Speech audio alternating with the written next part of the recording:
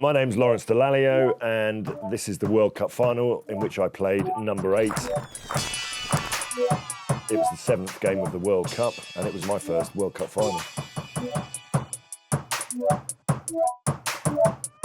Hi, I'm Martin Johnson. I've played 84 times for England, and I played number 4 in this game.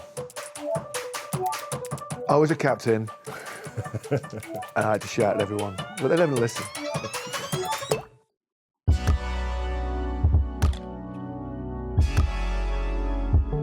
I've certainly seen little clips and little bits of it, probably the ones that I wanted to rather than the ones I didn't want to, but yeah, first time through.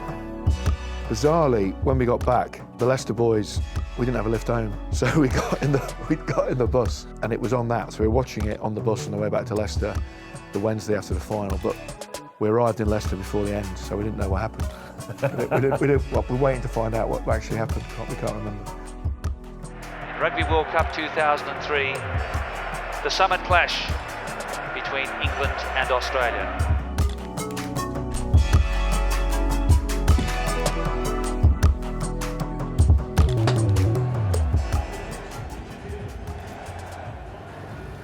The World Cup final was my 65th match for England. It was probably your last 84. Yeah. So 90 test matches. And that reflected much of the squad. We had a lot of experience, so you know how to prepare for games like that. And it's really a question of killing time. And like Lawrence says, you can't wake up at 8 o'clock and start thinking World Cup final, because it's 12 hours away. That's forever. Just relax. You can't totally, obviously, because you've got the biggest game of your life coming up, but keep it all in, because it's not that big. It doesn't kick off till 8. Talk about David and Goliath, George Gregan and Martin Johnson, and Andre Watson in charge of his second World Cup final from South Africa. This amazed me. This is about 20 minutes before kick-off. George is still in his suit. I'm taped up, everything. I said to him, "Are you playing, George?"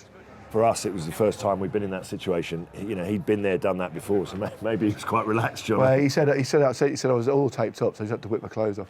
The thing is, with George as captain, you can't dislike him, can you? Yeah. If you're facing some big, horrible forward, you can look at him and it's a bit of a stare-off. Little George, he's a nice little bloke. Yeah, did you win? I can't remember. Well, look at the faces on this crowd. You mentioned before that there's probably a 60-40 split, but what the Australians have learned from when the British Lions were here not too long ago is they were taught by this English crowd on how to cheer, and it's going to be up in the terraces where we'll hear the chants coming. The big question is, will the 60% of the Aussies be able to drown out that loud 40% of the English?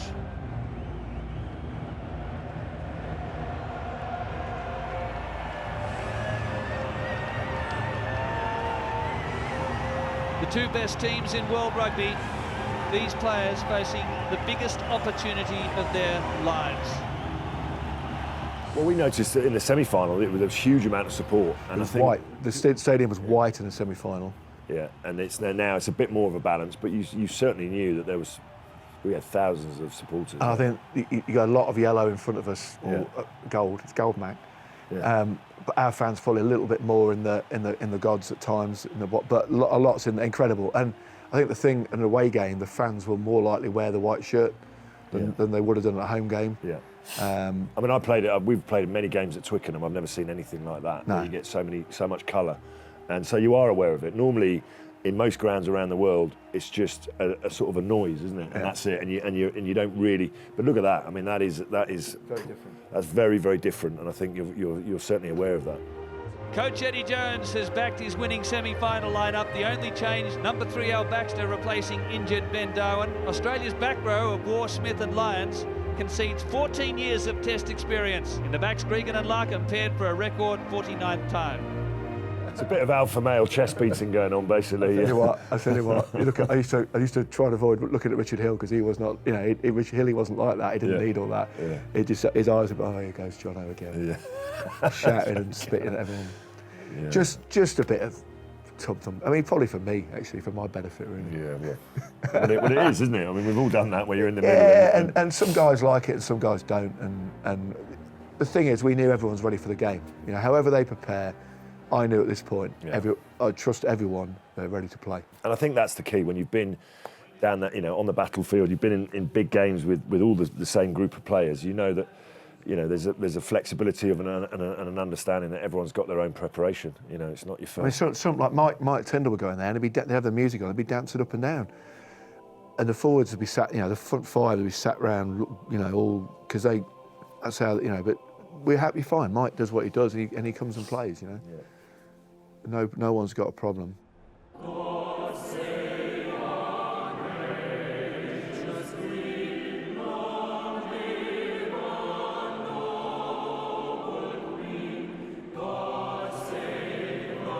Look, he's got a little twitch there, Mike. This was all this. They were doing it for their girlfriends and partners. Were they? Is that what it was? I mean, that's what it is. I mean, I have to say, I said to Anish, my wife, I said, there won't be anything happening there. I'm focused on it. There we are. The lull. Oh dear. Let's get it on now. Now you just want to get the tracksuit off and play. You know. They're strange moments in a way, those, aren't they? Just those waiting around time, and then their anthem. To be honest, you know, this is the best time as a player because you've had all the build-up and there's a load of noise going on with the press, particularly their press, in the build-up to the game, and you know and then you know you've got the whole day, which felt incredibly long. And for us as rugby players, I think once you get to this moment and you've only got a matter of sort of minutes or seconds to the game, that's the bit you look forward to. That's what it's all about. Well, it's what we do, and this is what we do. And I actually say to people, this is the easiest bit of the whole tournament, the playing. It's not easy, but it's better than, like Lawrence says, you know, dealing with everything else that goes on around tournaments. So you actually get out on the field and play. Yeah. And you know, I get more nervous sitting around talking about it when you're in meetings than you do actually when you're on the field, because now you've got the adrenaline pumping. You're with the boys and it's just you, and this is what we do. You know, this is what we do.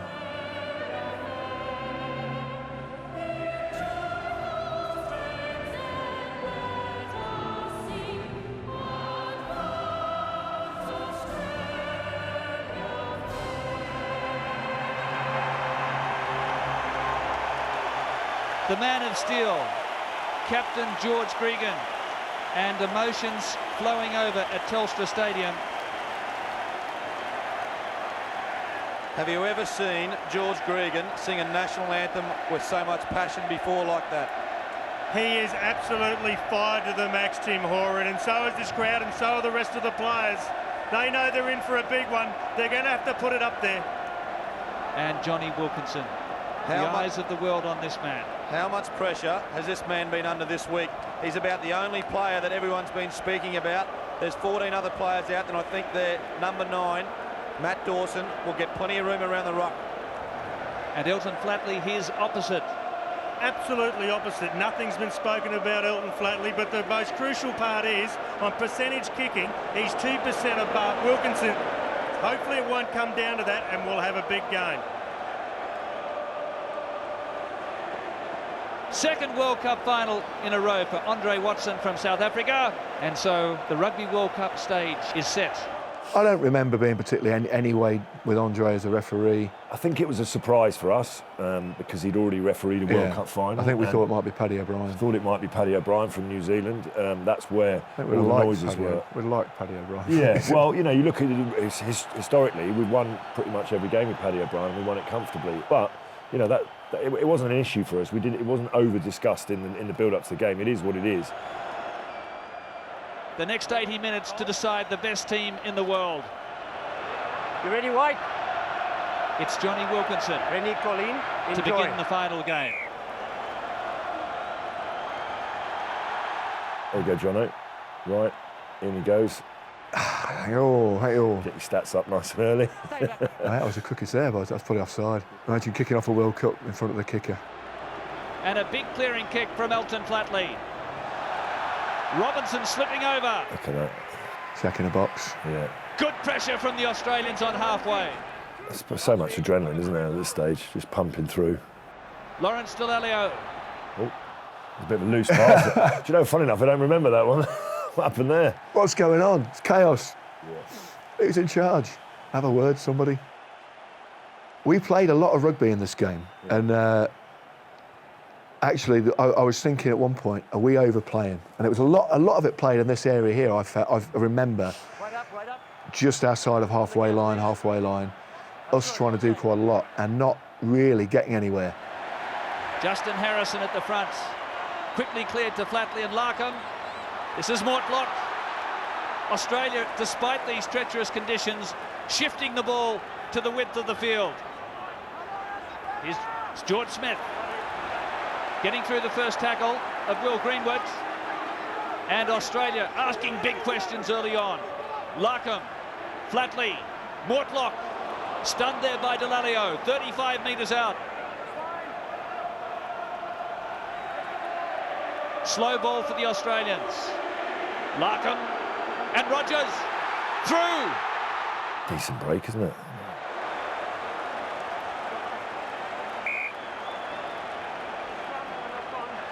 Once again, Stephen Larkham started like he has last week against the All Blacks, moving the ball wide, stretching the defence. And Matt Rogers, the pass just wasn't on to Kiri. But Australia stretching the England defence early in this match. And here we are for the first scrum of the match. Al Baxter taking over from Ben Darwin. He has the weight of Australia on his shoulders. He needs to be rock solid in this hit. England will be targeting the young man. I fancied it because we went into this game with, very much the best scrum in the world. So, yeah, we were confident that we were going to get an advantage in this area.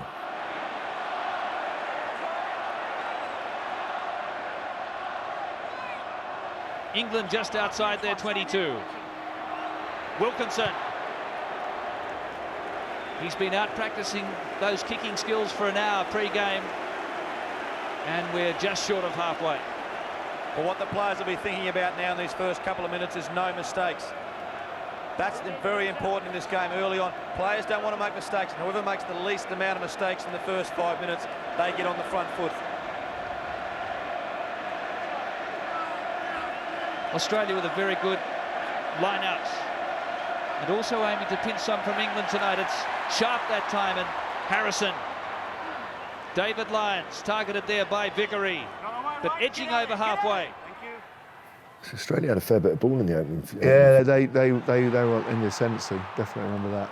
Yeah. Even things like that, you can see nervous because he's got the ball there. He wouldn't normally just kick the ball away like that.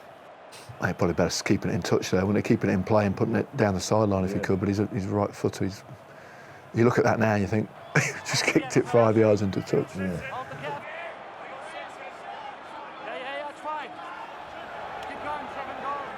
Martin Johnson. England really wanting to slow the pace of the game down at the moment. I had a very conscious thought after 2 or 3 minutes of this game, 5 minutes maybe. This just feels like a test match. It's a World Cup final, but it just feels like a normal test match, which is great because it is. It's just a game that we've got to go and play and do what we do and win games, and we've been good at that for the last 3 or 4 years. It's a nice kick from Sims there. He's just got good positional play. Just calming everything down. So let's just do what we do and go and play. And I think that was the only message I said to the team on the Friday night. Let's not overplay. Let's not think we have to do anything super special because it's the final. But likewise, don't not do something. If it's on, it's on. And number 1. Listen up. Back there, that last maul. A gold shirt and a white shirt went back.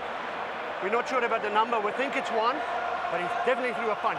We're going back there, penalty to Australia. Big blow for England just when they were up in such a strong attacking position. And I think I said to him, what's wrong with that? Well, let's have a look now. There we go. Well, if you get the guy on side, Andre. Well, just as a point.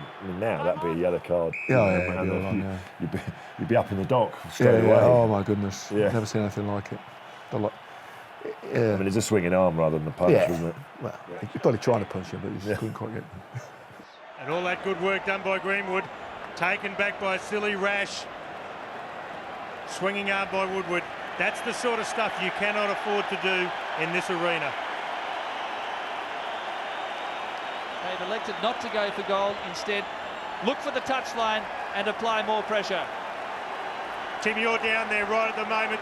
The noise is unbelievable. How hard is it for the forward pack to be able to hear the calls from Cannon? Well, you can see they're brought in. They've called the line-out, Colby, even before they've come to the line-out, and the backs are planting George Smith outside of Stephen Larkham. Advantage. Numbers. Too many numbers in the line-out for England. Australia was throwing the ball into the line-out, so you can't have more than the opposition who are throwing it in. England had one more. This is a free kick. They can't take a shot at goal. So we've gone from sort of putting them under pressure to penalty. OK, fair enough. We should be down on that in their 22. Penalty. And he's not even taken the hit there. And then free kick, and then there's scrum. This scrum, you will look to see England as they did there. Put the big hit in. They're going to try and win the battle of the hit. Normally the forward pack who wins the hit wins the scrum, but look for victory on the far side of the screen for England to try and bring it up. Big scrum, England. Al Baxter losing his footing there. Australia still have it. Mortlock's out wide. Here comes Takiri. He's only got to take it. Lottie! First try Australia! They were all watching Sterling Mortlock, and England caught short out wide. Fairness, that is a very good kick from Stephen Larkin. I'm amazed they didn't do it again. You know, you've got a very tall winger against a not very tall winger. And listen, they would have, there's no doubt that they would have targeted that, they would have talked about that, and executed it spot on. Unbelievable try by Lottie Takiri to start the match. And the beauty of what Lottie Takiri did there was he never took his eye off the ball. Tries in World Cup finals are few and far between, so to concede one in the first few minutes was a bit of a blow. Wasn't in the plan. No, it certainly wasn't page one of the plan. No. The interesting thing is that there's no panic, because in pretty much every game apart from Georgia, we actually conceded the first try. Not deliberately, by the way. It's just one of those things, wasn't it? Samoa, Wales, even France, Betson scored the first try. So, although I was quite happy he missed his kick. Yeah, to be fair. Yeah, there is a big difference between psychologically between 5-0 and 7-0. Lawrence is right. There was no panic, and actually, it's one of those you talk about. We've done a pretty good job of disrupting their scrum. We're all there to defend, but they've executed perfectly. If they do that again like that, they're probably going to score again. So nothing we can do. We've got to score the next points. Forget that now. Score the next points, and the game's very different. If they score the next points and it's 8-0 or 10 or 12, that's a different game. So let's get down there, exert some pressure, just calm down, and play the game. Yeah, that's exactly it. Next points are vital now.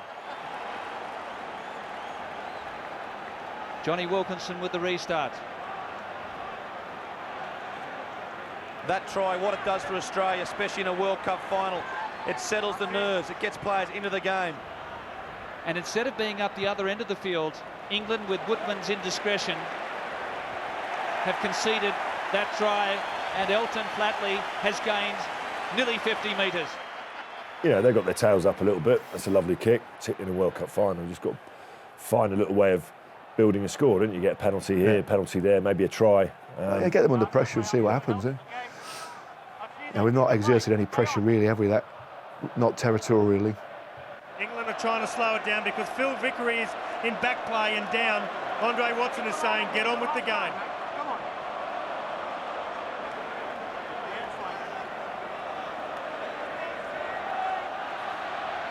Martin Johnson,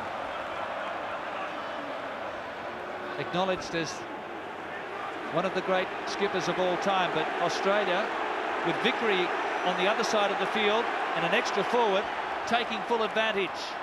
Greenwood, Lucy, absolutely hammered by the Australian defence. Flatley was in there. Now Robinson. Robinson just caught by War. Mortlock also going in for that huge tackle on Josh Lucy. England now trying to spread it wide. Go on, give it. Give it earlier. And Thompson.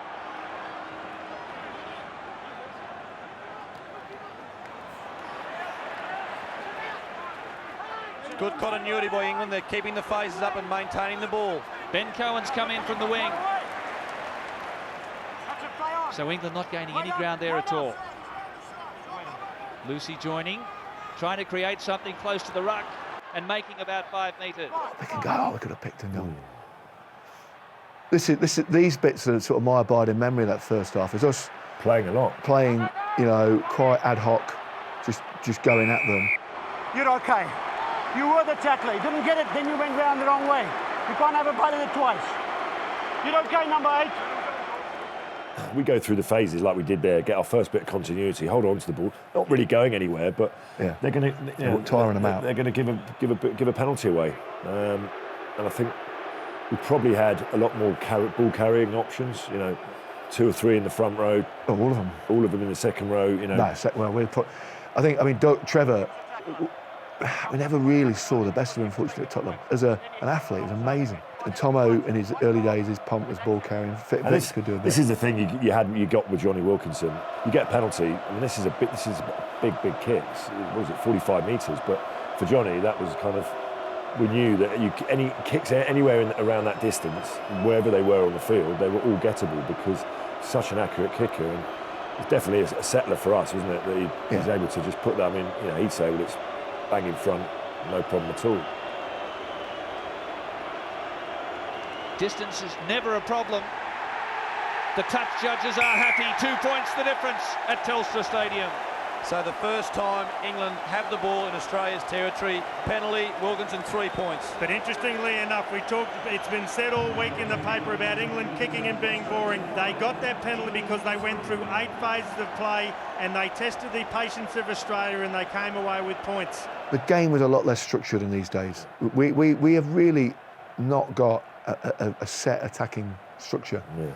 We're going out and playing. We're going out and passing the ball to each other and running about. Ben Cohen underneath. Really hugging that one onto his chest and showing good technique with the slippery ball. Wilkinson. Huge punt kick and big relief for England. That one soaring over the halfway line. Jonny had very, very good eyes and ears around him and knowledge. With Dorset, with Will Greenwood at 12, because your 10 can't see and do everything, And when he'd be kicking a goal, that's when I'd be speaking to Dawson and Will Greenwood, going, "What are you seeing? What are you thinking?" And generally they'd be, "Oh, this and that," and I'd be, we'd have an agreement. I mean, we haven't played very long yet, so there's not much. We just need to, settle down, get the ball, and put them under pressure. Just inside Australia's half. Justin Harrison again. Gregan. Mortlock's out wide. Almost punching through. Desperate tackle by Wilkinson. Sliding on the knees, ripping the ball, number 7. Who's that back he pinged? On your knees, Calvin, you got there. Start right here. Good pressure by Australia. That is marginal. He's going, "Come on, Let's Chief. have a look. I'm the best in the world." Very difficult angle to pick up in defence, and then you see Neil back trying to steal the ball. That was a tough call by the referee. They're saying that he was on his knees as he's made the tackle and trying to go at the ball, but realistically both bodies were still moving at that time, and then he's come straight up onto his feet. But he said in that split second he was on his knees, that's where the offence occurred. Concern for Sterling Mortlock. Remember, he's recovered from a shoulder reconstruction to that right shoulder. Is that Mortlock? He's their power runner, isn't he? Mortlock in the midfield. And it was a desperate bootlace tackle by Wilkinson. Otherwise, Mortlock was through. What's so good about Neil back? What he does, he allows the tackler to make the tackle and then he swoops on the ball. Matt Rogers gaining a solid 30 metres, and we're just outside the 22. Well, again, we find that the penalty is given outside of Elton Flatley's absolute guaranteed kicking range. That's the difference between us with Jonny Wilkinson and them, is the range of. Yeah, but Jonny didn't have a monster kick, did he? Well, 45 metres. Yeah, Was, his last penalty is actually the most impressive in a way that it did for distance. Neil back standing towards the rear of the line-out. England have stolen. Taken away by Vickery. That's nice. Well, Ben used to put a lot. We used to insist that in areas like that we put a lot of pressure on the ball. But look at that, we haven't really gone very far. We've gone backwards. We've gone backwards, so yeah, we've not really made best use of that. So the lost line-out ball actually working out well in the end for Australia. Justin Harrison, that's the sort of pressure they need to put on the English backs all day. They call him Googie because they say he's a bad egg, and hopefully he'll be a bad one tonight for the English. Johnson spoiling again at the front. Hang on, I've done something good. Yeah, oh, Everyone sorry, let's stop. Did you make amends for the last one? This man here. Don't. I've got him. And that's going to relieve pressure for England. 2 line-out throws for Australia. Number 8 from the side. Look how bent that was, and I've nicked it. Yeah. Oh, Yeah, well, this is... that was so not straight, and I've still got a hand on it. I should have walked off then. That's a good thing I did. Yeah, no, we... Sorry, mate. That's all right. No. I was just saying, you did well there. Thanks. You did well. Very Praise after all these years. Australia are keeping the English pinned down 40 metres out from their line. They must play the English in this half of the field. Big leap by him. He's the line-out captain. Benny called the line-outs, yeah. He was. He loved the line-out. He was very good at that. Bucky. A line-out student. I used to stand there and jump, or not jump mainly. Greenwood and Robinson. Ben Cohen. Flatley was covering out wide just to assist the Australian defence. Woodman was the first receiver. Almost got the shock of his life. Now Lucy just caught as he saw a half gap. Baxter was the tackler with Mortlock. Dallaglio. I'll tell you what, Gordon, there's nothing boring about this England side at the moment. They're moving the ball around. They don't want to kick it back to Australia. You know, we're not making huge amount of metres here, but we're making them make tackles, which, you know, is going to tire people out later on in the game. That's Vickery. The Australians getting up very quickly off their line here. England have lost ground. It's quick, isn't it? Yeah. Some quick ball coming out, some decent quick ball. They're tackling well, taking people out off the ball. It's all going on. Chaos. They nearly stole the ball, but as they were in the steal, they knocked it forward. Scrum England. I mean, the one thing we were very conscious of is Phil Waugh and George Smith, the 6 and 7 for Australia, needed to be picked up and early and cleaned out of our rucks. Targeted those guys. To get them out. Heavy defence from the men in gold. And England just unable to make any impression at all. Rock solid scrum by England. I tell you what, you don't see a strike like that, mate. Bang, straight back to me at number 8. And off we go. Just get it across. Jason Robinson with a bit of space. Making headway. Greenwood to Lucy. Good tackle by Takiri. Josh, what are you doing? Drop the ball there. What are you thinking? I know Takiri's got you around the neck. Josh Lucy out wide here. Takiri sticking to him. Yeah, that was a bit needless, wasn't it? The myth was we were old and we couldn't run. There was no one fitter than us. Yeah. There was no one. You know, our front row could all run. Our front row was incredibly mobile and they could all make rugby decisions, they could all play. So we could play any style of game. That was the strength of that team. Australia wanting a quick engagement and they're very happy with that result. A free kick. Gregan and Larkham. Flatley. Defence up quickly. Greenwood there that time, and Cannon just taking his eye off the ball as he attempted to catch it.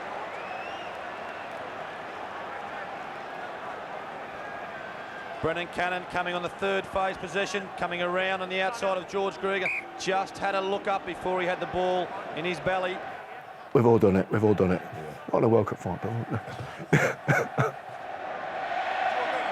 Don't play people off the ball, all right? Don't play people. I've got the report. Listen, it's a great game. There's people playing each other. Like you guys now, you were hit about 2-3 meters after the stuff. The new people dive on top of it. It's both ways. Did what, sorry? Play on the ball. Don't play off the ball, all right? Otherwise, I'll deal with it. So you have to bend down to get involved with that conversation because George is a bit short.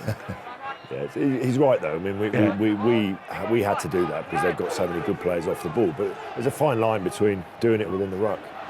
Gregan and Dawson having a little shoving match. Dawson goes himself. Dallaglio on the inside. I thought there's one way you make a break, you could have passed to me. Yeah, I did, but then I looked up. You looked up, you saw it was me. I saw it was you. I just thought.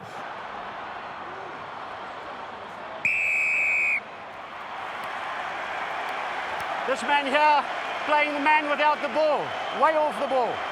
So Larkham taken out. Off the ball is the ruling.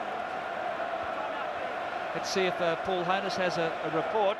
Larkham Is that took Stephen Larkham? He took I have a to right say, old pounding. we did say he was very good at being involved in the game, but not getting involved in any of the contact situations. Wasn't he? He hardly went to any ruck, whereas Jonny Wilkinson was almost the opposite. Yeah, so too much, yeah. we said, look, if we do get any opportunity to get Stephen Larkham anywhere close to the breakdown, we've got to expose it. Stephen Larkham is struggling. I've got Dallaglio on 10, boys. Blood goal 10. How's he injured himself there? He's tackled someone off the ball. Yeah, and someone's leg swung into him there. So Larkham goes low. He held on to Cohen, who didn't have the ball, and perhaps there was a bit of a reaction from Cohen after that, which was the cause of all of this problem for Stephen Larkham. I remember in the game thinking he was on and off a few times, wasn't he? Well, that was the plan, John. Yeah, but I just couldn't keep a track of him being on the field or not. Not that it was my job to do that, but. And that's not nice, you've got to get stitches in your mouth, you've got to come back on. It's only a bit of claret, isn't it? Yeah, you've still got to get it stitched up. Bit of Australian claret. Stephen Larkham gets into the dressing room, gets stitched up straight away and gets back on the field because he is the key for the Australian backline to function. But now on comes Matt Giddo, the exciting youngster. Good player. Yeah. He's only very, very young, though, isn't he, at this point? Yeah. He'd made his debut at Twickenham in 2002, hadn't he? And I remember him getting his cap or coming up for whatever he got. And I'm thinking, I'm old. Because he looks young. He looked 17, he looked younger, whatever he was, 18, thinking, you look very young, son. But now for the territory and possession that we've had, we're thinking, yeah, we should be in front, and we are. Looks good. England have their nose in front.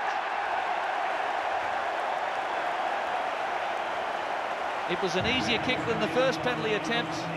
A jolt for Australia with Larkham leaving the field and in the blood bin.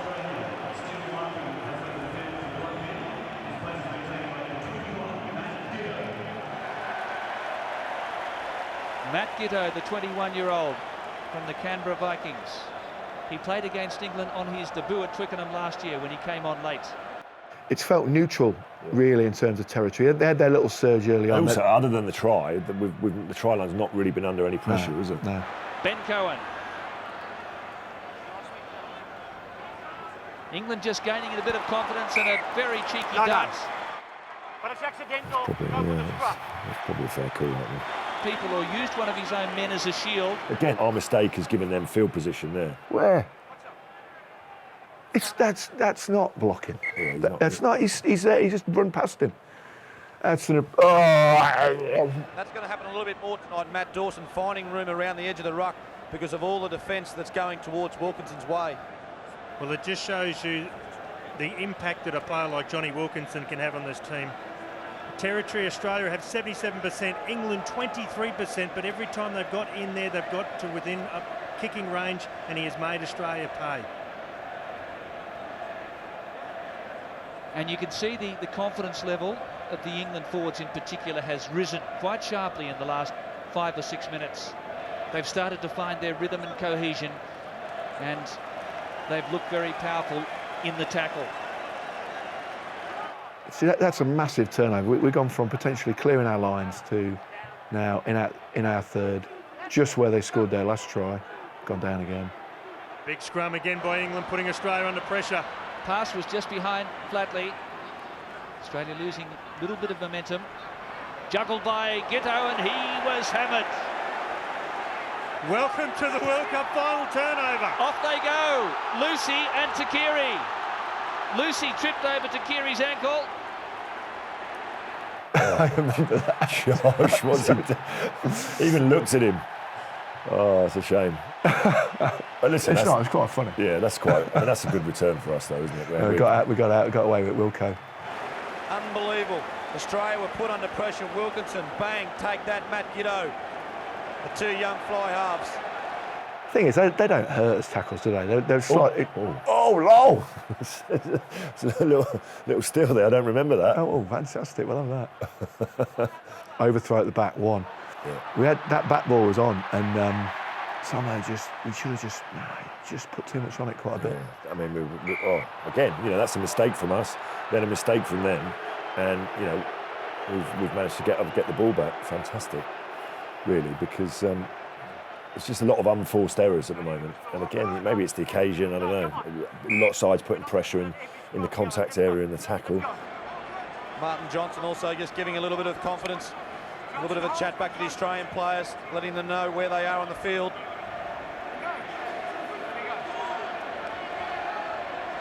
Matt Dawson, Cohen standing on the left. Big Robinson. scrum. Wilkinson working to Robinson. Martin Johnson. Well done, Johnny. An inch. They all count. Ball was just sitting there for England.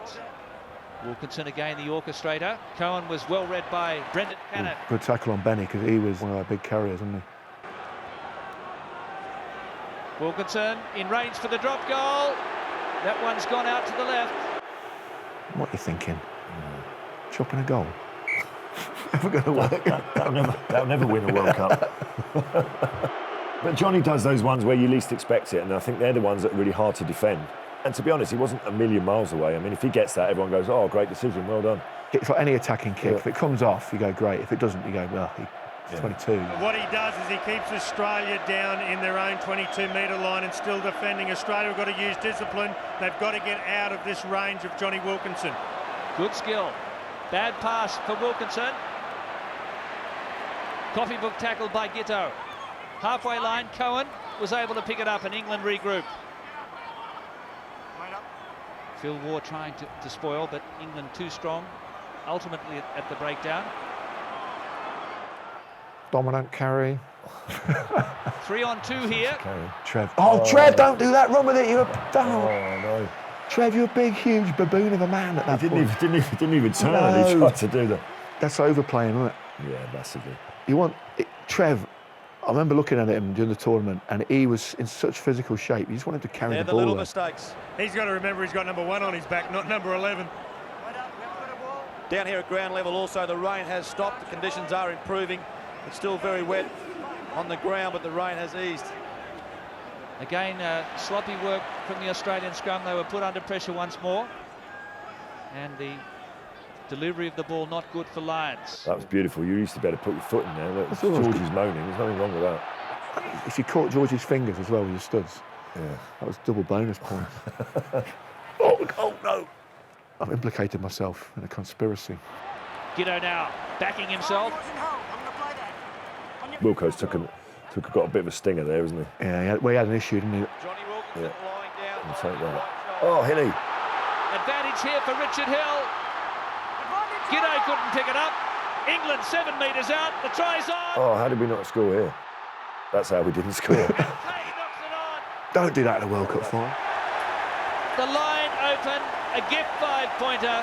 Clive can't believe it. Australia out of jail. The good thing for Benny is no one's mentioned it since, No. Wow. and we won. You know, 100 hours of therapy, he's nearly over it. Yeah. Yeah. I created that.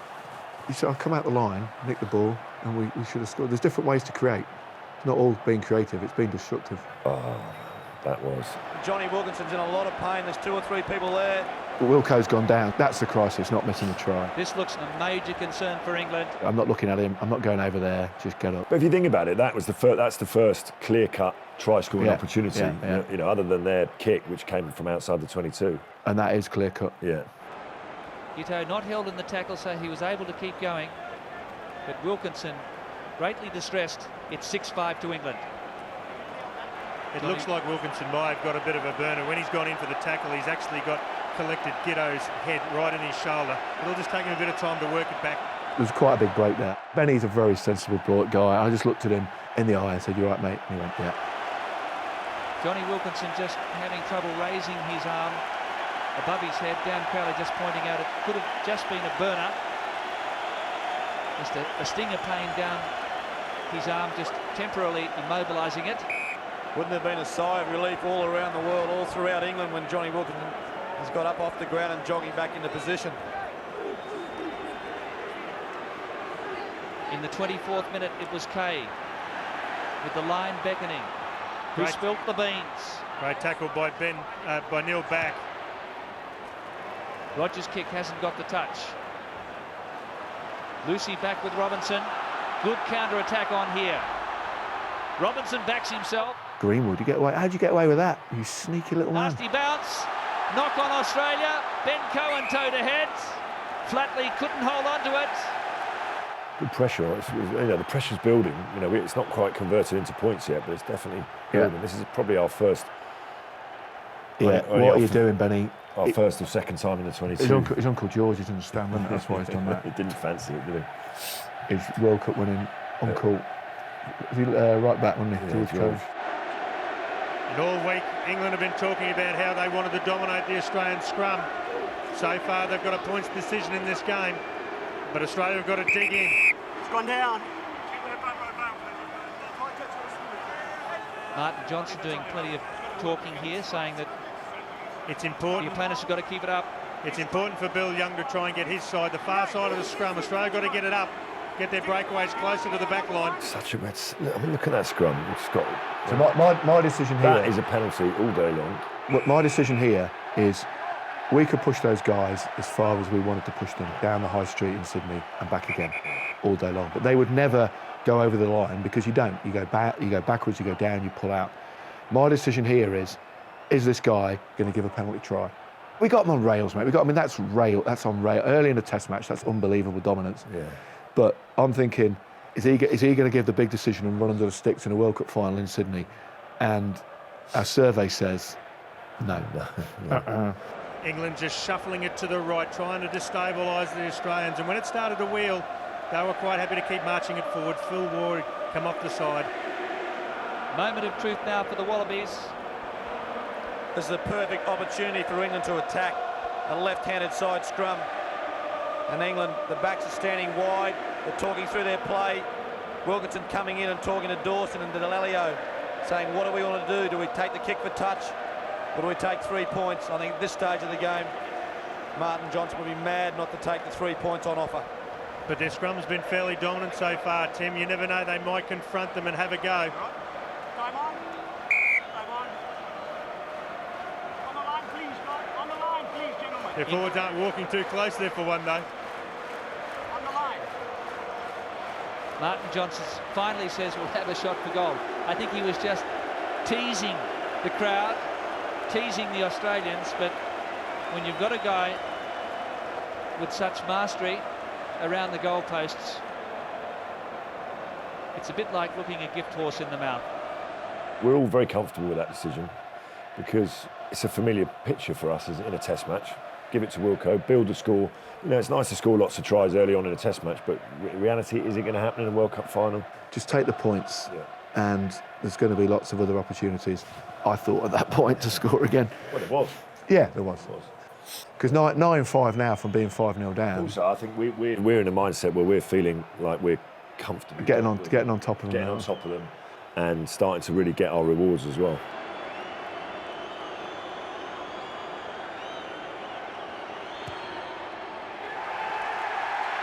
Three in a row for the boy wonder. England 9, Australia 5.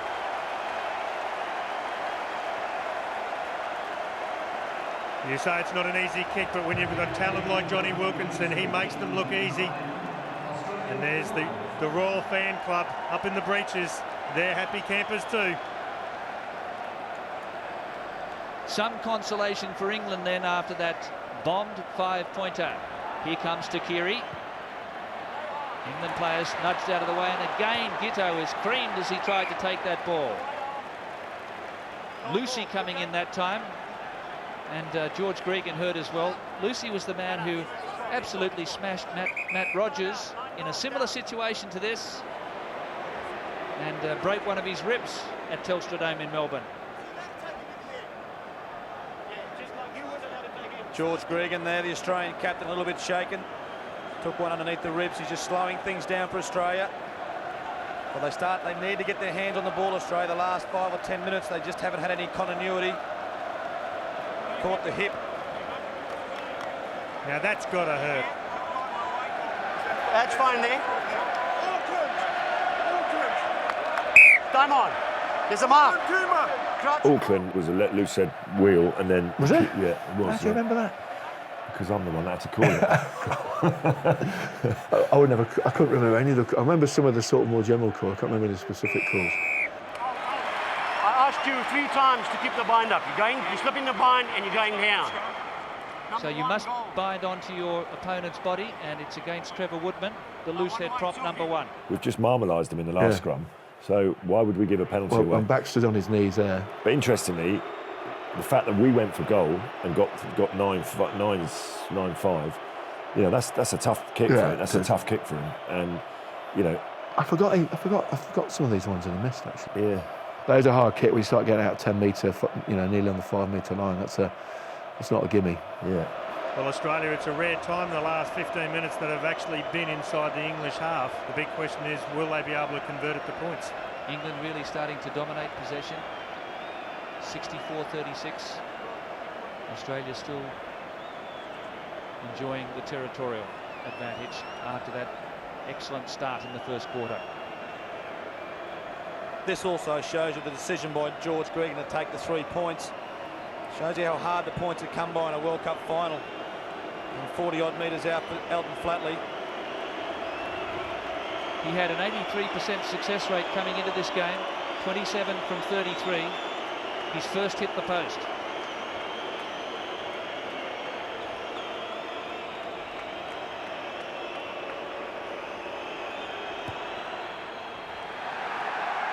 We saw Frederic Michalak miss with a couple of kicks early on, and that really affected the French team. We've gone quick here on the 22. We used to go quick on 22s. Get it to Johnny, because most teams are expecting you to go the other way. Yeah. Go left. And that is relatively quick, isn't it? And he's fan. You know. Yeah, just get everyone on their feet and be ready, and we get the chance to kick it. Skimming that one, but Wilkinson only gaining 10 metres. Australia about 35 out from the England goal line. The medical team would have been working overtime on Stephen Larkham. Time Larkham's off the field, isn't it? Yeah. I didn't realise that. Yeah, I remember at the time thinking, because you're not really looking at their 10, he you know, he's coming and going. Yeah, he's had a stud in the they're nasty days, because they're not dangerous injuries, but you just feel it on your mouth. Your mouth gets all swollen up, doesn't it? And well, Steve Larkham, he won't be having sauce and chips for a while. I don't think he'll be kissing his wife with that mouth either. Some red jelly, perhaps. Good carry from Lyon. He was really their power when he wasn't he? With a guy like Keffy wasn't in the team at this point. Yeah. He'd done that job for them previously. Finnegan. As the ball goes back inside to Mortlock, they'll stand and just get their defensive pattern together. Will Greenwood coming through with a low tackle around the hips. Bracky's in charge of defence, but at this point, we were all talking to each other and getting in line and just getting organised. And everyone kind of knows their roles and their job. We'd been defending pretty similarly for a long time, 5-6 years with Phil, so we trusted our defence. And that was actually, I mean, they've gone through 4 phases, you know, we're very comfortable defensively, and they've been forced to kick it, you know, which is probably... I mean, our line speed isn't quite as fast as how people come up today. Yeah. But, you know, it's solid defence, we're comfortable. 32 minutes elapsed in this first half. Ben Kay, unopposed. Martin Johnson's there to seal it off and secure the ball for England. Our defence is our bread and butter. Our individual technique on tackling, our communication, our understanding of what we were doing was really at the backbone, you know, of our team. If you don't concede many points, you've always got a chance of winning the game. Yeah. Greenwood around his ankles. Yes, your man. I don't care whether you're tackling. Yes, your man. Give me the ball. Number 7. Straight in from the side. Very clear interruption there from Andre Watson. It was against Phil Waugh for coming in on the side, but Takiri was grasped in a beautiful tackle by Greenwood, and Greenwood's defence tonight has been a feature.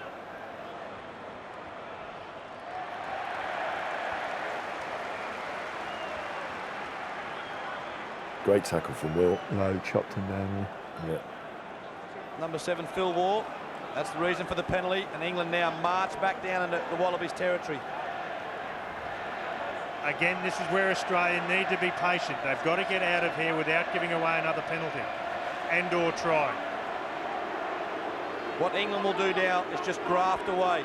See Neil back, he's got his hands on the ball, number 7 at the back of the maul. Australia desperately trying to counter here as England work it one way, then back the next. And the ball will travel back to the rear of the maul, and it's usually Neil back. Wilkinson across field. Rogers waiting. That's a bit of a, No, I didn't like it that. was a bit of a nothing kick there. No. Hold the ball here.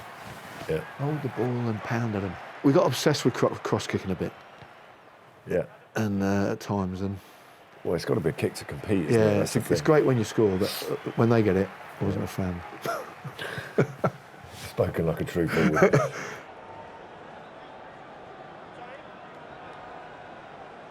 Well, the evening line-out has been very strong so far. It's now where Australia have got to try and contest in the air. They've got to try and disrupt the English. It's a good one to pinch, and Nathan Sharp.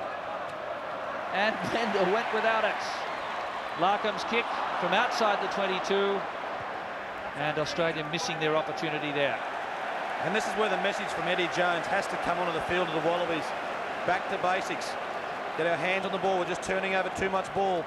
It was quite a messy game. It's a game I always say, you look back, we would have been very critical of ourselves, the way we played. Yeah, but it's not about No. the performance, it's about the result, isn't it? You get more points than them. Yeah.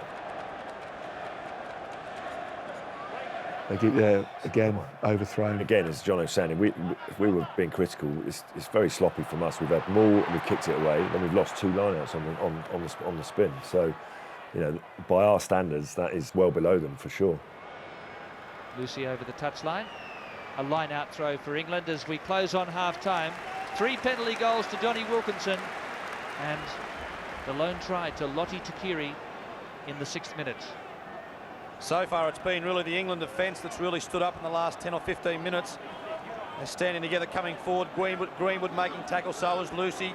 They're all moving up as one. Here's Dawson then. And Wilkinson.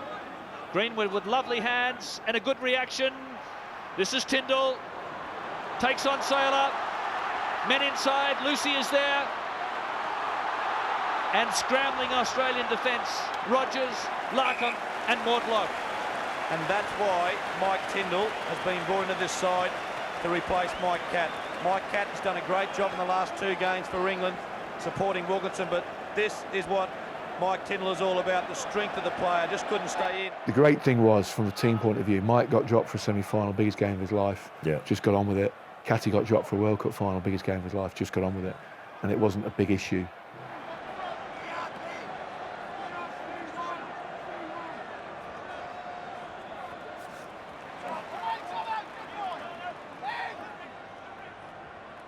You know what you're going to get with each player, and it's slightly different. And both of it's good. You know, they're going to perform. They're going to be world class.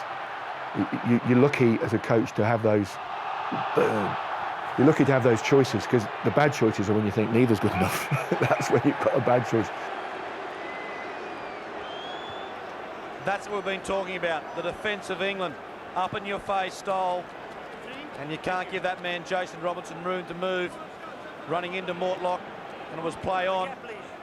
Mike Tyndall lifted up George Gregan. Looked like he's about to throw him into the stands. England going up the back of the line-out, but making heavy weather of it out there. Greenwood has really risen to the occasion tonight. Here's Dallaglio, the big man with a lovely pass to Wilkinson, and Robinson! They won't catch him! Jason Robinson handballs it into the crowds. England with a lethal blow in the shadows of half-time. To be honest, it's the first time that we've managed to get round the corner, Yeah. which is one of the things that I particularly was targeted with doing. And all I heard was a call back on the inside from Jonny. And one of the hardest things to defend in rugby is an inside-outside pass, because you shift in the point of attack very quickly. And look how many men they've got committed to the breakdown. They didn't wrap, did they? No, just come round the corner. They've got lazy on that far side. Yeah. I've got on the outside shoulder there. You get into their backs. Got Jonny running at their backs. And, you know, he could have easily fed Benny Cohen on He's still angry. Oh, is he? Yeah. Could have fed Benny Cohen on it. And he, look, there, Benny's open under on the the sticks. inside. But again, the hardest thing to defend, inside-outside, because you're just shifting the focus. Although we got our line out wrong, the interesting thing there is I felt they were getting tired. Their forwards haven't wrapped round the corner. The breakdown sort of in the middle of the field, they needed a forward or two to come round and cover inside the 10, let the 10 get a little bit wider. They haven't got there, and we've scored the try. That was a feeling I was getting during the whole first half. We were wearing them down a little bit. Yes, we're not perfect. The game's a bit scrappy and it's quite quick, and you know, it's a wet day and all those things, but we're getting in the ascendancy and they're getting a little bit tired.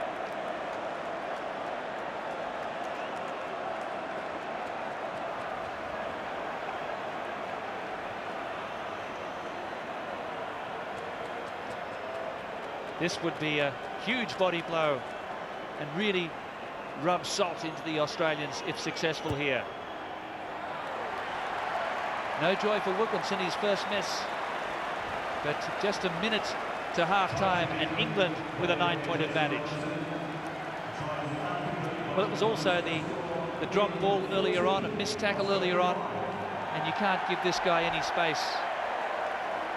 But as was picked up by Tim Horan, smart play, and look at the delight on the coaching staff's face. Smart play by Robinson, going in low, diving a metre before the line. He knew momentum would get him there. Oh, again, we lost the kickoff.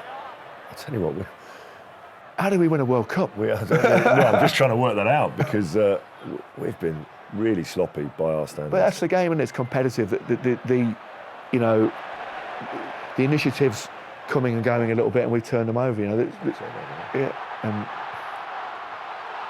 he might have wanted to give that to Benny because he's got a forward again. Turnover that Dawes kicked out in the full. What is he doing?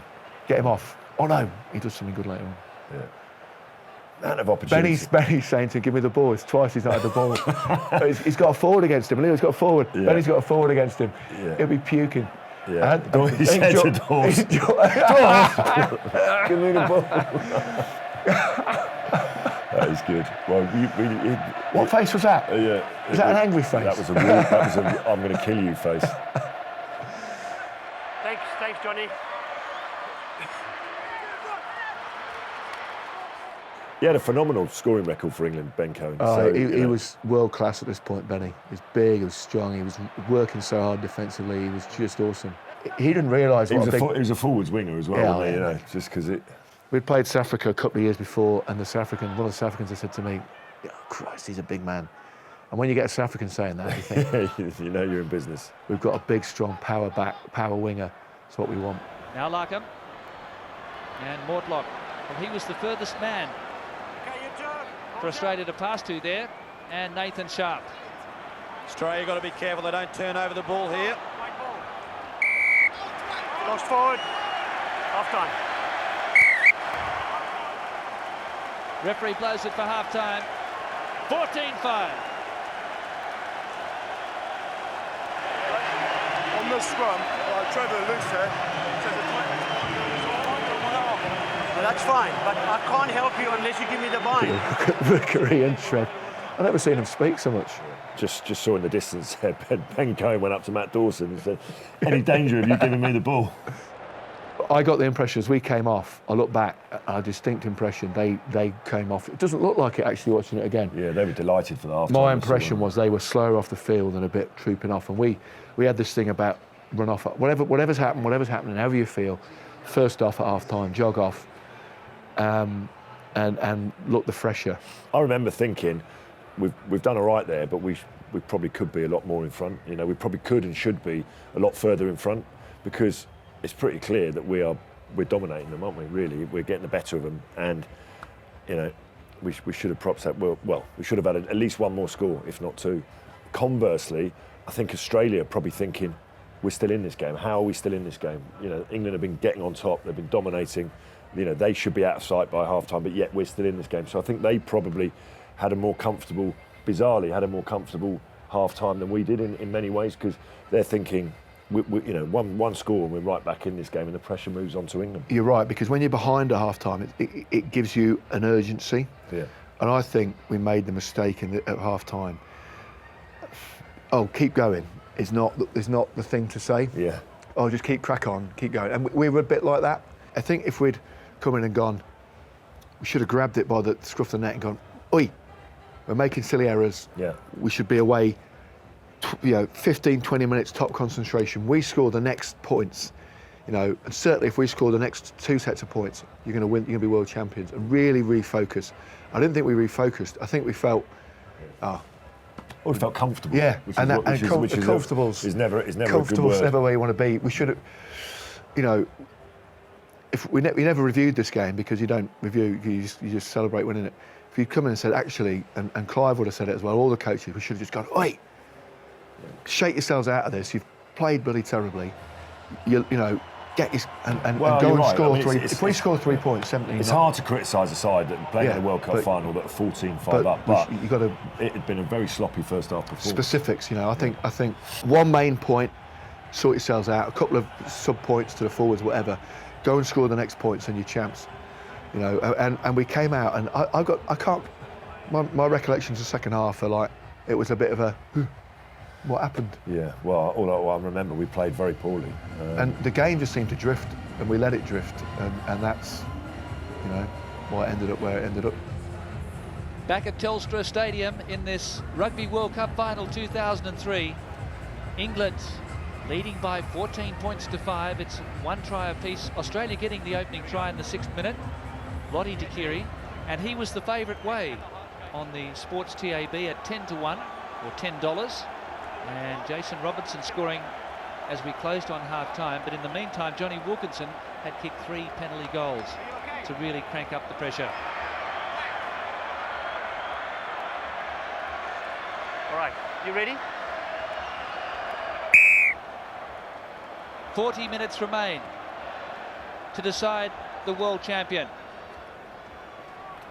And it's Ben Cohen inside his quarter. Wendell Saylor with a quick line out here for Matt Rogers. England's chases up very quickly. Good reply from Rogers. Robinson. Not sure why I let that bounce. No. Remember when he came from rugby league, he couldn't kick to save himself. If you said to me your hardest games of rugby in your life, this is not even under consideration. Yeah. In terms of the physicality of the game. You know, with Australia, you're not going to get necessarily that It's not that type of game. massively physical battle. It's going to be technical, tactical. They're very clever in terms of their speed of thought, but we were the more physically dominant side. So, you know, that wasn't a concern for us. Australia must get clean possession in the line-out because they are struggling at the moment at the back of the scrum and they lose it. Just whisked away there by Ben Kay. Martin Johnson was quick to seize on the bouncing ball. Wilkinson. This is Tyndall. And he got a hefty boot in there, and England almost out of their territory. You can see both teams have got a fresh set of jerseys on. See England, another set of jerseys, also Australia, changing shorts and socks. They want to start the game fresh in the second half. At half-time, Clive Wood would have been saying to his forwards, you must pressure him at the breakdown, you must pressure him at the scrum, and you must pressure him at the line-out. Oh! Good steal, Jono. Good steal. You can't buy that. This is Greenwood. Give it Greenwood, man. Yeah. That was about the last good thing I did. Harrison caught me there. It's quite a decent carry. No, for you. no, I was quite high, and he actually it looked better than it felt. He rattled me. Australia have to get their hands on the ball at the breakdown. England are getting far too quick ball. Look, pick and drive. Dallaglio goes as well. Here's Tyndall. Charging into George Smith. Good clean out from the England forwards. And now Wilkinson. That's right. I remember feeling at this point, we've got him. We're absolutely going to roll them, and we're going to score 2 or 3 in the second half. There's a bit more sharpness, isn't Yeah, there? yeah. So I think maybe my recollection of half times, but we've certainly come out and we're looking all right. Yeah. Johnson straightening. Well, who said the English were boring and they weren't going to play this game? Multiple phases. They're just going to keep hammering and hammering at Australia till they crack and make a mistake. Has Australia got the nerve? That was a brilliant tackle by Phil Waugh on Wilkinson. 9th phase here for England, and some obstruction. No, man. He was lining him up. You just took him out, number 6. Obstruction. And it's against Lawrence Dallaglio. Well, yeah, but I I don't think that's a penalty. I think that's a scrum. You know what I mean? You don't. He's not deliberately done that. That's accidental offside. But then again, I would disagree with the referee. Hilly's giving him that look. You don't get much of a look from Hilly. That's a real bad look from Hilly. If you've got any look at all, Yeah. that was evils from Hilly. Yeah. I mean, I would say with Hilly, the worst he ever played as well. Certainly for me as a back row forward, you know, having played with him and Backy, there's an understanding, a telepathy, and instincts that you haven't got to think about.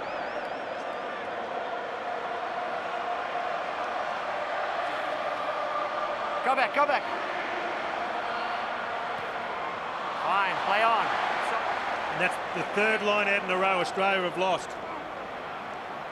Wilkinson clearing it to Tyndall. Outside his 22, so he wanted to keep it just inside the touchline. And as per the script, 50-metre gain. Tell you what, that was some kick. Yeah. Some kick. And that's about the third time that has happened tonight. Mike Tyndall taking the pressure off Wilkinson. Well, they worked on it a lot with Dave Allred, the kicking coach, was a perfectionist and a workaholic and a really, really good coach.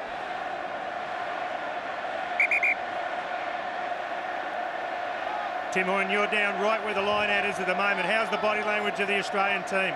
Well, they're still talking, they're still encouraging each other, but England, they ran to that line out, they sprinted there, they wanted to be there first and put Australia under pressure. The body language of the England have really picked up. England putting a lot of pressure on the Australian line out, but Harrison firm that time. Gregan working to Sharp. And now Rogers on that favoured left boot. And he'd be happy with that one. Just 7 metres from the halfway line. Australia know they have to score first in their second half. 14-5. Just the ball, gentlemen. I think our line out creaked a bit from now. There you go, there's one. Yeah, we lost so many line outs. Yeah, our line out creaked a bit. Last feet, White. Larkham to Flatley. And I get the feeling the second half, a lot of this is them playing like we had around here, probing at us. And Cannon picked up the rebound. I'll tell you who will be coming on soon, that's David Giffen. He's warming up, and it's a good kick by George Gregan, finds touch. He very rarely ever got hold of George. No. I saw him recently, I said, you come off the field and you might not have been touched. No, I don't think he ever had a cut on his face. When Australia had good games and they had ascendancy, you know, he might have come off the field and barely having a finger laid on him. Yeah. Well, 23 metres out. Australia have lost 5 line-outs. They need to get someone like Giffen in there now if they're going to strengthen it back up. Matt Giteau also warming up. Overthrow. Too much movement. What are we doing? What are we doing? That's another line out gone. See, We've got us under pressure at the front and the middle, and we're going to the back and we're missing it. And then I've given a stupid penalty there. Never know. I won't have it said. Number 8 for England. I won't have it said. Lawrence Dallaglio. I'll just come around the side there, probably. Dawson's going, you lot get away. I'll speak to him. Hey, Georgia Gregan couldn't point of those sticks quick enough. Elton Flatley to line up. It's England leading by 14-5. There we see Lawrence Dallaglio, number 8, not staying behind the last feet when the ruck had formed. He's going, yep, probably fair call, sir. Bit of De Niro, that one. It's about, hey, you talking to me? Exactly. Hey, you talking Well, to me? listen, I know better than anyone there that he's not a guy to be argued with. But do you know what this highlights to me? It's just, you know, you look back at that, you said, for beginning of the second half, these guys are they're going to crumble. And then it's our basics that just let them back into the game. Pressure, isn't it? You know, our line out, you know, mistake, penalty, lose another line out. So we've lost 2 line outs already in the second half, and we're just inviting pressure on them. Fundamentals, mate. You get that, you know, the game, the higher level you got the game, the more that's true. Yeah. Just do your fundamentals, and then good things will happen. You've got good players, get the ball to them, good things will happen. But if you're doing this, we're watching Flatley kick goals, there's nothing we can do. This would bring Australia back to within 6 of the front-running Englishmen.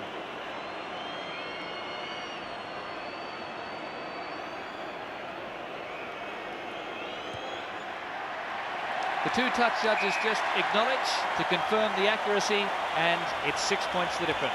He had a definite focus not to be confrontational with Watson, not to confront him, not to say too much to him, and Matt to be the conduit for communication.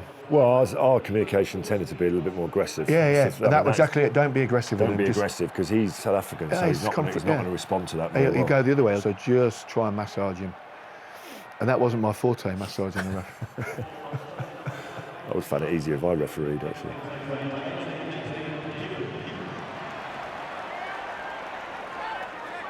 Giffen, the Australian vice-captain. And Larkham. And he's gained about 25 metres only as Australia creep up towards halfway, but the Wallabies getting that first score of the second half. It's England by 14-8. It is so important for England here to keep attacking like they did in the first half. They're not the sort of team that can put their back on the ropes and say, come and have a shot at me. Ben Kay to Hill. Call from Paddy O'Brien there, not in straight. Look, there's another line out that we've just thrown not straight. So, beginning the second half, we've lost our first 2 line outs. The third one, we've given them a scrum. I mean, you know, that is not getting... Which we're probably going to get pinged out. That is not getting your fundamentals right. The English scrum, it's gone to the ground here. They'll come back and bring it in, but they need to get the big hit and keep the hit, and Baxter has to bring up his side of the scrum.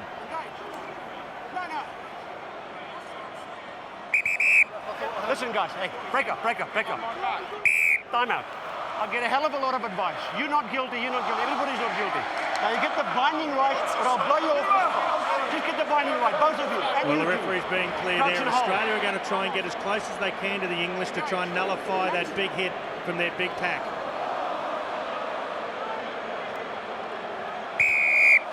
It's gone. Take it. Don't go down. Don't go down again, then we'll penalise you. If you feel a twist and you go down again, there'll be a penalty against you boys. Keep it up. England feed to the scrum now. It looked like Lions had actually taken that scrum off the back, but tremendous pressure being put through on Alistair Baxter up his side. They turn the scrum around. If it wheels and the ball doesn't come out, then it goes to the opposition England scrum. England scrum right on top at the moment. The Australians almost feeling as though they're on roller skates. Greenwood. Tyndall, and he was thumped into the turf. Larkham came over the top. Now Cohen with Robinson. Mortlock stuck to him. Back, flicking it. That was a game, wasn't it? It was just good things and then not so good things. You know, we made a good little break there, and we've just gone a bit, just gone a bit backwards. And this is probably the second half for us, isn't it? Yeah. You know, a couple of good things, bad thing. Mike Tyndall again. He sliced it. Things just going against England at the moment. Am I enjoying it? Yeah, because we know the final result. If we didn't, we'd be going a bit crazy. Yeah. I mean, it's very unlike us to compound mistake after mistake. You know, one of the things about playing Test rugby at the highest level is, you know, you are going to make mistakes on the field, but you keep your composure the next time. But in this half already, we've made 6 or 7 mistakes, penalties, bad line-outs, bad decisions, kick to touch. It's quite frenetic, you know. Yeah. Hey? I mean, their line-out's not going that well either, to be honest. Yeah, if I'm winning it, it's going bloody terribly. That was you, Johnny. Well done. It's frenetic though, isn't it? You know, we're used to watching the game now. It's a bit more structured. You know, there's all this sort of stuff going on. There's no plan here to what we're doing. There's no plan. We're just playing what we're seeing, and we run up our own backsides occasionally. That's harsh. Just get out of it. Don't move in there. You'll be liable to be penalised. That's very careless play from the England team. And these little indiscretions are allowing Australia to really come back into this game. Well, if you think about it, that's the 3rd penalty that we've given away for crossing as well. Which is a sort of a minor offence, isn't it, really? Is it that big a deal? As George Gregan decides to go for 3 points, a long way out for Elton Flatley in these conditions. Jonny Wilkinson kicked a couple from here at this distance in the first half. It's 14-8. It's not even crossing. It's not even crossing. He's not crossed, has he? Josh has gone to the line and stopped, and Matt's gone inside it. That's a silly penalty. So just a tick under 83,000. That is the biggest crowd in Rugby World Cup history.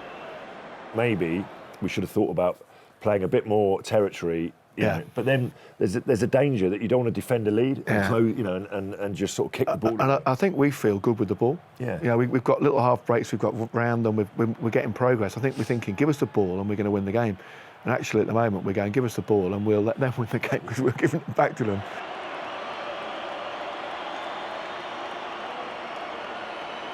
.45 metres out for Elton Flatley.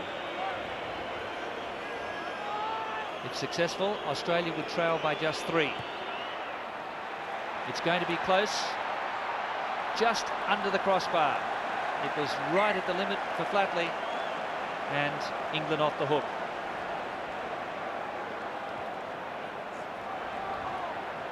David Giffen underneath, wrapped up by Hill. Gregan to Smith.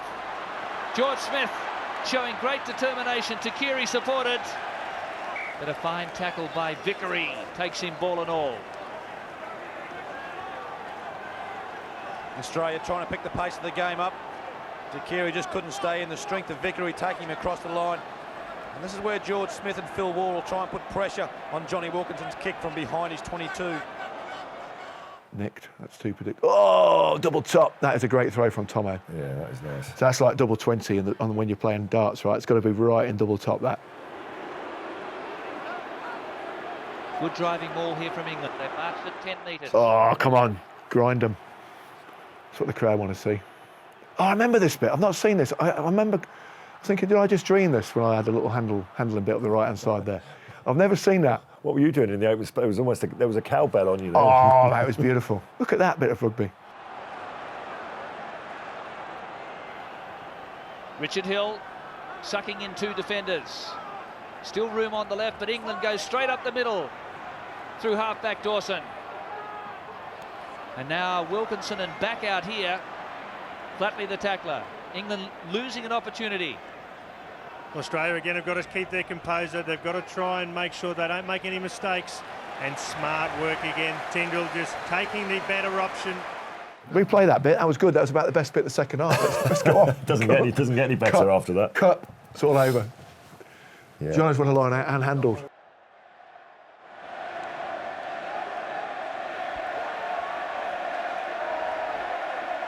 Well, it was once again the pressure from Matt Dawson around the blind side, linking up with his captain, Martin Johnson.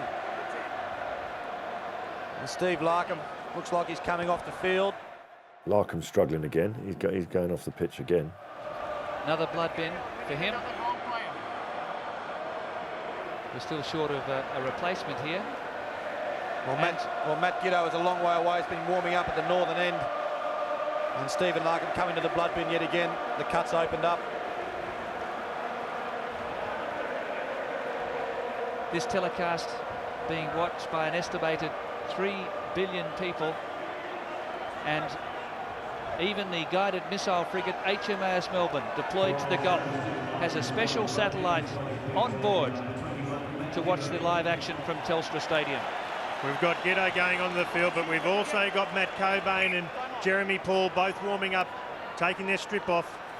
Good win by Australia. And I think if Eddie Jones, if he's going to get fresh legs on the field, he can't wait until the last 10 minutes of the game. He's got to get them on earlier than that, and that's what they're trying to do. They're warming up now. Jeremy Paul ready to come on. Well, man, how nervous is that, watching that? I would have been physically... A wreck. Yeah, sick. I wouldn't have been able to watch Yeah. it. It's easy sat in the... I've never made a mistake since I retired. 56th minute, England 14-8. Australia just hanging in at the moment. I don't think we scored a point in didn't the score a entire point, mate. second half. Did not score a point. That takes some doing in rugby.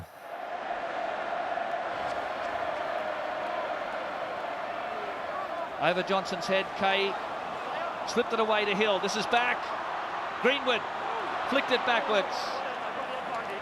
And the referee able to spot the little knock on as they tried to pick it up. Forcing stuff, aren't we, a bit? Also, in those conditions, you don't need to be throwing passes like that. I think, you know, we're confident in ourselves. Everyone's confident in their ability, and sometimes we've probably been a bit overconfident. We make it hard on each other there. Yeah. Just play simple. Just play simple. Look after the ball. And now Australia are starting to bring on their replacements, Jeremy Paul and Matt Cobain coming onto the field. Matt Cobain, hero from 1999 and Australia's World Cup victory. And Brendan Cannon and David Lyons depart the scene. And having those two players had a fantastic year for the Wallabies. It's been outstanding. David Lyons coming in for the injured Todai Kefu, who's had a wonderful World Cup. George Smith packing in at number 8 for Australia. Number three, and on the number 2. That was probably the first of the scrum penalties in the second half that started to Pissed sort us of go off. against us. Yeah. Phil Vickery has to go parallel to the sideline, packing straight. If he starts to angle in towards the hooker, which causes tremendous pressure on the hooker so he can't actually raise his foot and hook the ball back, then it's a penalty. Australia haven't put the ball out. Cardinal sin. Jason Robinson Well, the Welsh made that mistake. And this guy scorched past 5 of their defenders up at Suncorp. He started something here for Cohen. Australia's territory. Dawson and Wilkinson in behind Wendell Saylor. It's a good, decent. It's going to go down, isn't it? Yeah. No, it's the first time we've probably stopped and done that in the game, isn't it? Yeah. Really, for Wilco? Yeah. But that's all right. We're happy with that. Just down their end. And they keep putting them under pressure. They know if there's a mistake by Australia, Wilkinson 3 points. Flatley wanting to get it back into England's territory, and he did that last week against New Zealand. And Cohen deciding against a quick throw.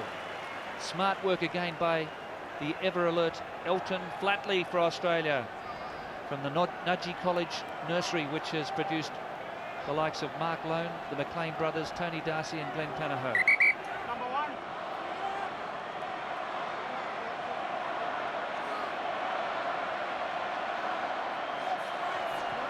Kay having problems with his hands. Not in straight. And don't you love it, as soon as the ball's not a fraction straight, there's another 8 referees wearing gold jerseys there, making sure Andre realises it. And a few in the crowd. Overwhelming possession dominance for England. 14-8 their lead. Break it up, time out. Okay, both of you. Second time, come. All 3 front rows. Andre's not happy. There's millions watching and you stuffing it up. That's crack, no more. Listen, mate, you just got here. You listen to me. You listen to me. All right? It will work. Get the binding. Time on, crouch and hold. For us, it's just us against these guys on this bit of grass, and it could be in some back street in Sydney. It could be anywhere. We don't care about what it looks like. We just want to win. I think Phil here is losing his mind. That's a good scrum there from our point of view. We're happy with that. Matt Cobain showing good leg drive. Australia wanting to retain possession here. Knock backwards, says the referee. Gitto juggling it. Handling very difficult. Mortlock getting involved again.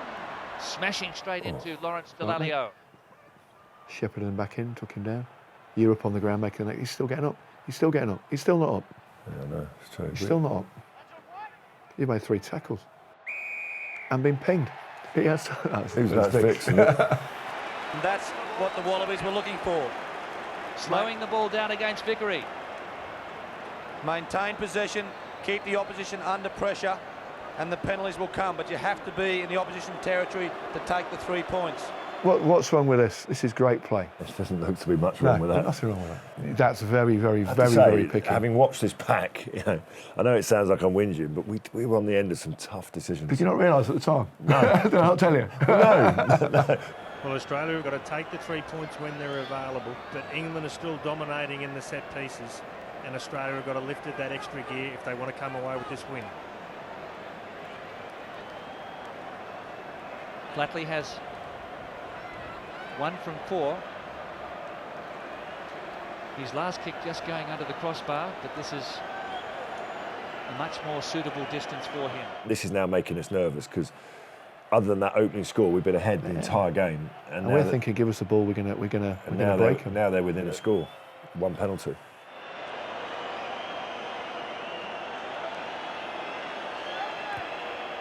He's been doing it all tournament. England 14, Australia 11. Our biggest foe in this game, and it's not being disrespectful because they're very good players and they could score a try, is frustration. Is ourselves. Frustration at ourselves and the situation that we're in. We spoke about at the start of half-time, saying to the English they can't afford just to put their back on the ropes and let Australia come at them. They had to be positive. Elton Flatley is closing the gap. Is that the spark that's going to get Australia along? Or can the English lift again? Wilkinson with the restarts. And is the fitness starting to tell now? England committing mistakes at the breakdown and giving Australia opportunities. Australia happy to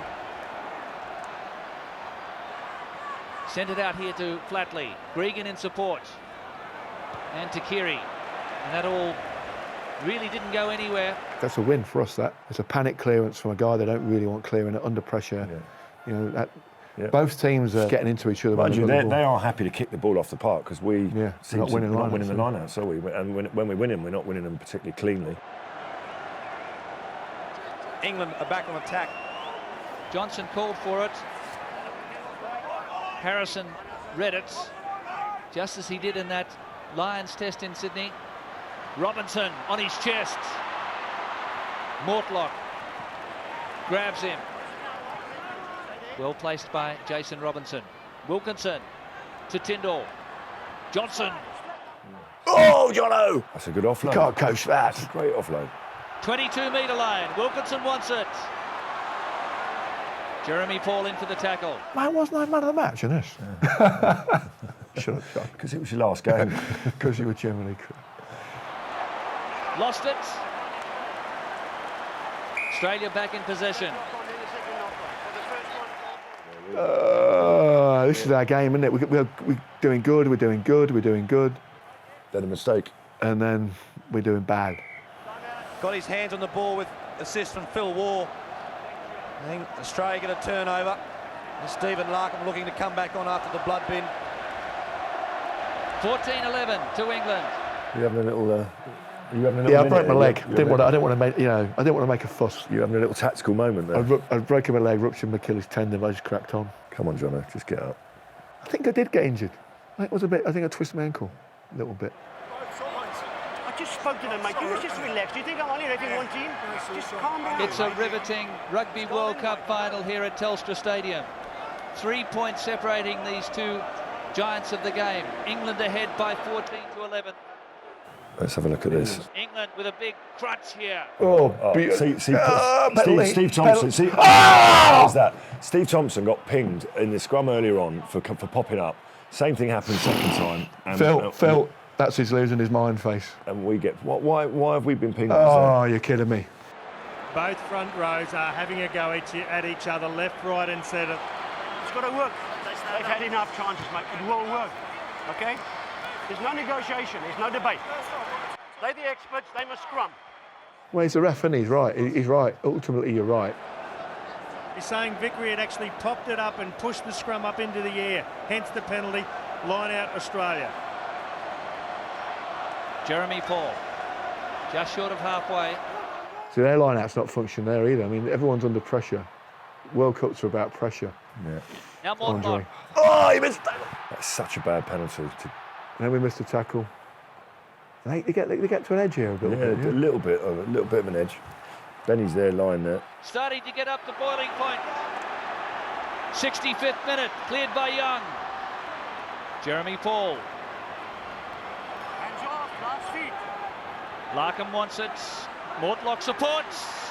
And Wilkinson again. Around his ankles. Australia needing to protect the ball. You, number one, from the side. And Bill Young penalised for not joining from behind the last feet. Just get away. Good phase play by the Wallabies, but also better defence from the English side as well. Jonny Wilkinson making some crucial tackles. Mortlock going through, and Wilkinson just holding on with a fingertip. No. What's that? Listen, just Even Hilly's getting involved. That's what it's just doing my job. But we've then had a nice piece of play, and we're going forward, and then bang, mistake, then bang, penalty. It's the story of the second half. Yeah. Just less than 15 minutes to go in this World Cup final 2003. Jonny Wilkinson knows the importance of playing down in the Wallabies territory. And England really taking a lot of the territory in this second half. Australia just on sheer willpower at the moment. England controlling the ball at the back for Neil Back, the number 7. He's the one who will be there to get this ball as England are now making ground. And that's the experience of this England pack. More than 370 caps between them, and they march the ball forward. Australia lucky not to be penalised there for taking out the legs of Martin Johnson. And the Wallabies almost pinching it, but coming back England's way. Greenwood Well tackled by Paul. This is Cohen. That's Wendell Sailor taking him on and forcing an error. England committing handling mistakes in the contact. God. That could have easily, Frustrating. well, it is. That could have easily been 3 points. And we know what happens. Having a go at Wendell Sailor, he's tried to flick the ball back in the contact, but unfortunately letting it go forward. Big Wendell using all his strength. When you're making mistakes, that's the hardest thing to say. Hey, lads, stop making mistakes.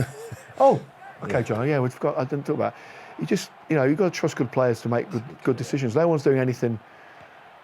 We probably should have said, just be a little bit surer with the ball. Now Jason Robinson taking on the defensive line with those twinkling feet. Tyndall goes into scrum half. He went straight across the field. Dawson and Wilkinson. This is Thompson, the hooker, out there, and Wendell greets him. Back to Wilkinson, who ripped it away. England just making sure of their ball retention at the moment, wearing down the Australians, trying to sap as much as they can from the men in gold.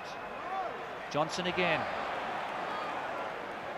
Both teams just probing at the moment. The English trying to just bit by bit keep it in hand, hope for a mistake, but Tyndall kicks it away. It's still there for England. Here's Greenwood. Oh, so close. Will Greenwood knew it too.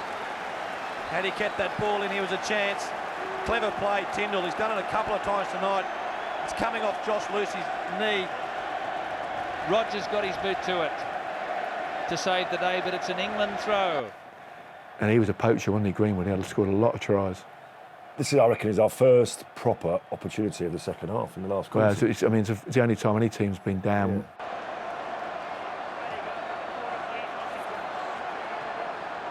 What do we do here? Oh, Who called that? I don't know. Can't remember what that was called. Set up by Dallaglio. We should have just mauled it there. Yeah, we should have mauled it. What? The backs want it, Oh, I tell you what, we should just drop it in midfield. and it's been dropped. I think that was the call, wasn't it? That is frustrating. I can't even remember that line-out. Yeah. I'm not disowning responsibility for it. Well, we thought that they would Get Tomo and Benny Kane in now. They'd follow Ben, and they didn't. But that is just, yeah. That's the second half, isn't it? Yeah. England, they could have put Australia away, he'd be thinking, but they haven't yet, and Australia have still got the opportunity to come back in this game. If the scores are level at full time, it goes to extra time. 10 minutes each way. And England moving that ball to the backs that time when certainly the option was there to take Australia on up front.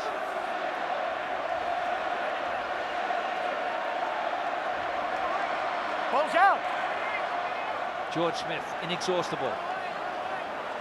England sends a turnover, and the referee says Australia was going forward. It's well done by George Smith.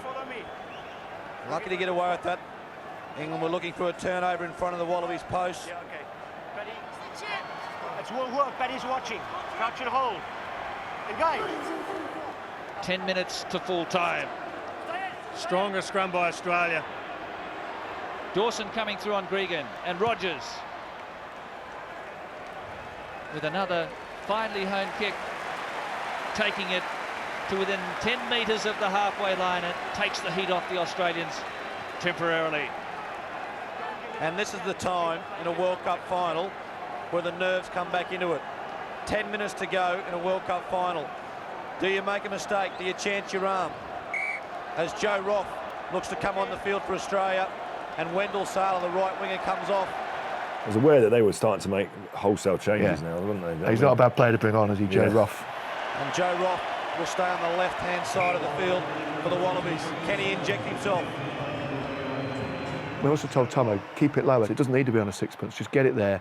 And we're doing what we should do here, having a bit of a grind, and then sending some runners at them. The pack now just controlling things, and it's Trevor Woodman, number 1, with the ball. He has to stay bound with that left arm. And look at number 4 for England, Martin Johnson, right up the front of that maul. Here's Wilkinson and Lucy. England's backs trying to catch Australia napping. Wilkinson again, and Vickery. This is energy-sapping stuff against Australia. Drop goes on here for Wilkinson. How is it? Just wide. Get him off. That was probably the one that you'd expect him you'd expect him to get, because that's left-footed. He normally gets them, but yeah, he does. That's the day, isn't it? That's the day. It's quite a long way out, actually. Just sailing across in front of the right-hand upright. Unbearable stuff in the coach's box. That's perfect, that would give us 6 points, and that would have won us the game.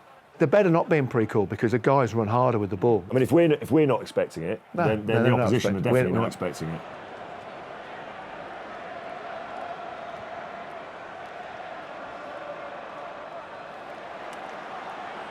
Josh Lucy linking up with Robinson. Not mucking around, straight over to Keary's head. And it was a well-weighted kick from the little man. That kick shows you how hard he worked on his kicking. Yeah, because he couldn't kick for toffee, could he? When we first met him, he could not kick. And that was, fantastic. in a World Cup final, that is an unbelievably good kick. Jason could have got in the team and said, I'm the best runner, I'm always going to beat someone, pick me. And he didn't. He worked on his kicking, he worked on everything, and he became an all-round world-class player. Clive Woodward says that his team is the fittest in the tournament. Jason Webber's done a mighty job with the Wallaby team, but England are holding the ball at the moment. And is Australia going to crack? Greenwood's held by Larkham. Wilkinson in position for a drop goal again here. Wars ready to sprint up. Finds Tyndall. Forward pass. Forward pass. What are we doing? What are we doing? Forward pass. Josh Lucy complaining he was level. Be good to have a look at this again. Here we go. Wilkinson back inside. That is not a forward pass, Andre Watson. That's a bad mistake. And the hands clearly went backwards. And I feel that Woodward agrees with you, Tim.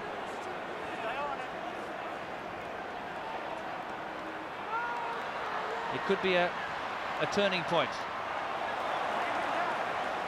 Gregan cleans out himself. George Smith into scrum half. Well picked up.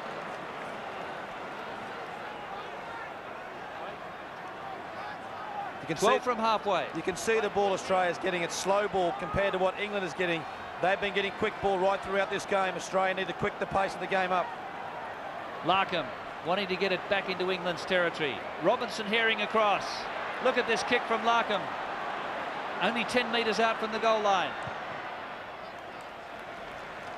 And it's a net gain for Australia of 38 to 40 metres. I knew going into that game, War, Smith, they're going to be over the ball if they're there. If I could get hold of them before they got. Actually, but in fairness, we've had more turnovers in this game. We've done. They've not stressed us with the ball apart from the kick. I don't think there's really many moments when we've been stressed. Well, down here at ground level, the atmosphere is just unbelievable. With less than 6 minutes to go in this match. It's a gladiatorial contest now. Larkham. Mortlock comes in. Clinging to him was Jonny Wilkinson. Now Larkham. Just caught by Tyndall from behind. Desperation from the number 12. Wallaby still go through Giffen. Wilkinson underneath again, getting through a tremendous amount of tackling. Flatly for Australia. And Rogers. Dallaglio grasses him. 35 metres out. Gregan lost it backwards. Jeremy Paul got through the first tackle. Dawson just held him. Now Gregan taken there by Woodman. He has to roll away. Jeremy Paul taking on the defence. There it is for Flatley and Larkham. And Smith. It's frenetic, isn't it? It's more frenetic. And what did Tins kick that off? Backy was going to pick it up. It's just frantic. I think we already got the knock on, haven't we? Yeah, but... Wow, you got both sides starting to get nervous now because you're in the final few minutes, don't you? Well, you're in that final sort of stretch, and you know that any mistake can lead to the other side winning, or vice versa, isn't it? Really, and I felt relatively calm. I think you sometimes forget how you really felt, but I didn't. We weren't stressed with them having the ball. No, not stressed, but you knew the end was in sight. We're in it. Yeah, you're in the final quarter. Less than 5 minutes remaining. It's England by 3. There was a point in the game, and this may be it. I looked up. You're desperately trying not to clock watch. I looked up and saw the clock and thought we're going to win. Yeah, I have to say, I obviously didn't because I gave away this penalty. Well, I very thought quickly. we're going to win this game, and we haven't scored a point. It felt really flat. Honestly, if we'd won it, I would have felt a bit flat. Yeah. I'd have felt a bit like. What I would have done as well, Johnny, which is why I created a little bit of extra drama. Well, that's what you're there for, isn't it? Yeah. You know. Dawson goes himself to Lucy. Wrapped up by Gregan and also Smith. Hill kept it in play. Dawson again here. Greenwood into first receiver and Robinson's cut out. And there's a sound option from Jonny Wilkinson. From inside his 22, he's taken play over halfway. He's a bit vocal now. He's shouting "hit the beach," which was our call for for let's up it even more. We've been hitting the beach since minute 1, kid. Yeah, we all have. Get the second row. Hit the beach. No, fair enough. Yeah, it's last minutes. He's given it. If we win this, we can hit the beach. That's like a big extra effort. Yeah. Big extra effort. 45 metres from the Australian goal line. Who was that? Was that me or Benny? This is what Trev was good at. He got great feet and his power. Oh, you're kidding me! Now that, in many ways, is that's let him right back into the game then, because with a couple of minutes to go, did he knock this on? Yeah, he did. Yeah, he did. Oh. I tell you what, it must just be so. It's funny now that Woody losing his mind. I mean, Jesus Christ, what are we doing? But we've let them straight. I know. Let them into the game. 2 minutes to go. They get. Oh. Larkham, Flatley. The England midfield defence has been strong and Wilkinson has been at the forefront in this second half. Larkham now with a guided missile. Magnificent. He should have thrown that to himself and won the length of the field. What were you thinking of him? No. Is this the time Australia will come up and do an historic pinch of the ball? They need something special. They need Harrison. They need Giffen. It's now or never. What happens here? I've got no recollection of this. I think I've got my hands on 4 of their line-outs and none of ours. We must have lost the line-out, didn't we? Yeah. Yep. Kay lost it. Australia's chance. Larkham called for it. Now Mortlock. Inside the quarter. England need discipline. And lost by Kay. The referee saying there was no advantage to Australia. They hadn't gained any territorial advantage. So we come back for a scrum. And we have 2 minutes to go. The ball just sliding through Ben Kay's hand and it's bounced forward. And what is Stephen Larkham thinking? Mike Catt on the sideline, looking to come on. England last won a World Cup in football in 1966. They've lost 3 Cricket World Cup finals. Australia's held the Ashes in cricket since 1987, and England last won the Davis Cup in 1936. Mike Catt's coming out here. I think you want a calm head, you want a kicking option. Mike's kicked pretty well in this game. I think he's hobbling there, isn't he, as well? Yeah. It might be a bit hamstringy, mightn't he? Yeah. Oh, yeah, on cue. Grabs his hamstring. Here you go. So it's a hamstring injury for Tyndall. England to have to defend for their lives here as Australia No penalty. strives to level up. You've got to pen straight. Listen, wait. I'll pen what I see. See, Jono losing his mind, telling the ref, you know what's going to happen. You know what's going to happen. And now we're going to get penalised. Yeah. Oh, come on. Touché. I blame you for that. Yeah, no, it was my fault. It was my fault. And I'm blaming You've him. wound him up. I know, totally. It's the only time I said anything like that and he gets you. And he's going to do the opposite. Yeah. Martin Johnson is giving Andre Watson an absolute gobful. So you actually gave away the penalty. I thought it was me. No, you gave me another one. You gave me plenty. I had to take some off. Take the pressure off. You'd have been murdered. Imagine the media the next day. Elton Flatley has the chance to capitalise on that England mistake. I was thinking then, that might have been down to me. what have you done? What have you done? And this is the last throw of the dice for the Wallabies. This was a gutsy kick. He knows he's got to get this to send the game into extra time. The fate of England and Australia hanging on this kick. Didn't Will Greenwood go up to him during the crossover and say, whatever happens, mate, Yeah, well done. fair play? Yeah. Our forwards don't say it to each other, do they? No. They don't have nice little exchanges during the game. Not till after the game. No, they'd have gone to each other, mate, if I see you, I'm going to kill you straight between the eyes. Exactly.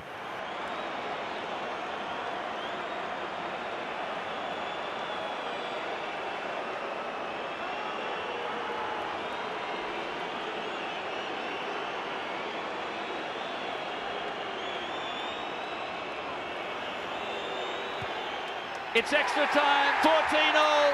What are you thinking now, mate? Well, just thinking, let's regather ourselves, extra time. I'll tell you what, we walked up and I'm thinking, because the crowd went crazy, right? This has now gone to extra time, the game we should have won, blah, blah, blah. I'm thinking we've got a problem. If everyone's thinking what I'm thinking, which is we should have won this game. Well, there's a momentum swing, huge isn't there? momentum swing. And because they got the last score going into extra time. Oh, their tails are up. There's suddenly got energy. And before I start talking, I looked around the group. I looked into all the eyes. I looked at people. I thought, we're going to win. Yeah, we're still on. I don't know what's going to happen, but the boys, if you'd said to us, look, they're getting treatment on the floor. If you'd said to us before the tournament, here's a scenario, you're level in the end of a World Cup final against Australia, we'd have said, oh, that's ours, because we're fitter than them, we back ourselves. I think we've got a drop goal machine. There was calmness because we've gone, right, listen, I think we said something along the lines of 48 games, right, 1 World Cup final, and we're down to the last 20 minutes. We'd have bitten your hand off for that. Yeah, and now all we need to talk about is specifics of what we need to do. We've got Catty on the field, he's fresh, we've got the kicking game. Let's get down there, get them under pressure. I think the mindset the mindset is, that's the Prime Minister, isn't it? I think the mindset is that other than the Takiri try at the beginning, right, we've always been ahead, they've clawed it back. They've never looked like been scoring. ahead, they've come back. So I think for me, the first score of extra time was the most crucial one, because if they'd have scored it, it would have been the first time in the game that they'd been ahead, other than the first couple of minutes. And maybe then the doubt would have started to come in. But up to that point, it was always us and them pegging us back. I think Phil's talking there, but I do not remember Woody addressing the group. Now, well, to be honest, I mean, there's not a lot you could say at that time. I mean, I know a lot of people have mocked that and said, "Oh, what was Clive saying?" But there's not a lot you can say. For a coach, for the head coach at that moment, to trust the team is incredible.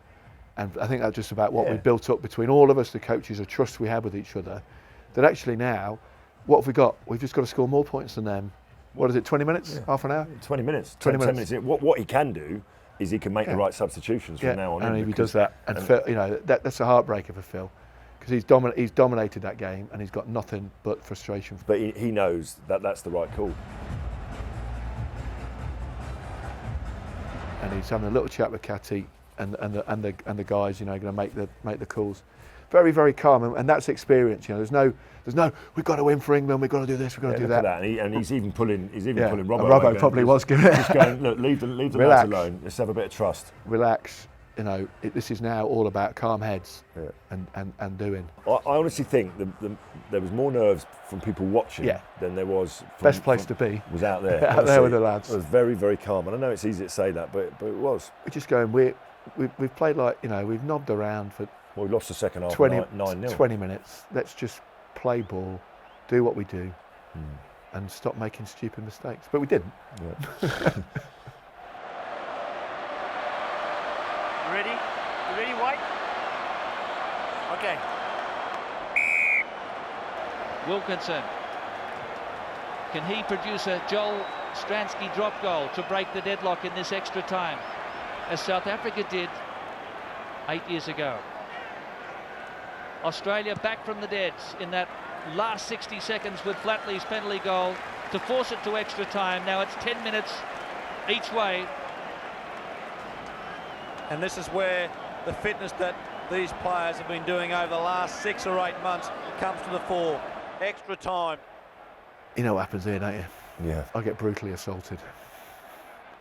Yeah. Oh, Jonny. And it was a free-for-all in the line-outs. Australia taking out their opposites, taking the man out in the air, Justin Harrison. This penalty is massive. Probably one of the best kicks I've ever seen in the game, because if you think about the context of the game, extra time, the conditions, etc., the fact that it's on an angle. It's the only kickable penalty we've had in about an hour. Yeah. So he hasn't had a kick for an hour. And I wasn't sure, we wasn't sure he'd get it. No. I thought it was right on his limit. I said, Jonny, kick this over. Yeah. Even if he misses it, it's the right decision to kick to have a crack at it, because the chances are you've got to get it. You kick yourself if you didn't go for it. No. He wanted the ball to kick, so there wasn't even a conversation. I remember he's got the ball. He's looking to. But this on the angle makes it over 50-metre kick.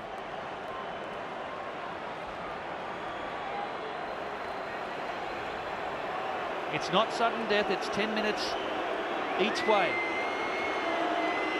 So we play out the next 20 minutes of extra time. If it's still level, then it becomes sudden death. Wilkinson has got the distance. Boomski. Yeah. Unbelievable! 17-14. Now that's put us right back in the driving seat, and we're thinking, we're very, very confident now, very confident. Awesome from Jonny Wilkinson. How good is he? The pressure he's been under this week. 46, 47 metres into a slight breeze, puts England in front. We talked about Flatley doing that kick, having a heart of stone. I don't think that Jonny Wilkinson's got a heart. Pinched away by Sterling Mortlock. Australia's chance now to hit back. Flatley called for it. Out wide is Cobain. Woodman took him head on. Joe Rock calling for it on the left. Huge pass. Phil Waugh somehow took it. There was a little bit more urgency in their attack, I felt, you know, and just it felt a little bit more dangerous, I think, in extra time, their attack. Maybe that's me psychologically. Well, I think they had to chance their arm a bit. Yeah. They managed to get slightly wider, didn't they, a couple of times? And heaving that one back over his left shoulder. But England up into the attacking zone, and they lead by 17-14, a 3-point advantage, just as they did with a minute to go. Hold the gap, please, fellas. This man's not in Smart play by Matt Dawson. He knows where he wants to play this game. He's just popped that ball back over the top of his forwards and put England back on the attack. A line out, executed. We've won one. In this game, We've won one. Catty came on and ran like a, this is it, Law, give it! Oh, what are you doing, man? I would have been under the post, it'd all have been over. Did you have to gas to get under the post? Yeah, but this is a bit, Trev, you're a big boy, run it forward, Trev. Just challenged the line. Oh man, that was the moment we should have just put the game out. away. We could have been running circles the last 15 minutes. Watson struggling. So too England. Lucy back there. Watson saying, slow it down, boys. I think he either trod on his foot or someone did. He's trying to stretch. Maybe he's suffering from cramp, Tim Horan. Well, it's been a frenetic pace this first couple of minutes as Wilkinson tries to find touch and get the ball out of play, and he does. And the happiest person to have that in a touch is Andre Watson. Catty, well, we love it. That's unbelievable. South African. Did you make a conscious decision? Tell me, I'll live with it, mate. Huh? Did you think that's John? I'm not giving him the I had ball. a quick look up. No, because I didn't. History would have been different. I've already passed it once for a try. History would have been remembered differently. I'd be expected to do it again. Jeremy Paul now. And David Giffen beautifully. Larkham. Mortlock. Flatley was a decoy as he ran wide. Australia through Rogers now. Haven't seen a lot of him in the second half. But he makes 8 metres for his team. Now Smith. Putting it straight onto his boots. Turnover for England. And it was lost there. Oh. That's the loose ball. That is a loose ball. Is that me? No, it's me. Oh, good. It's on the knock-on. Don't spoil it. On your feet, please. No advantage on the knock-on. Number 4 going straight Problems here for Lucy. He fell heavily and awkwardly. Well, yeah, he's saying the ruck's not over, but Is he saying I'm offside because it's in front? I don't know. Off your feet, but I that's only suppose he's saying it's a rookie. You can't dive off your yeah, feet. he and get thinks the the ruck's still there, which, you know, it's tight call there. I'm not as concerned about that one compared to some of the others earlier on. ball. I was about to compliment myself on some great play and then go, no penalty. Maybe that's fair enough.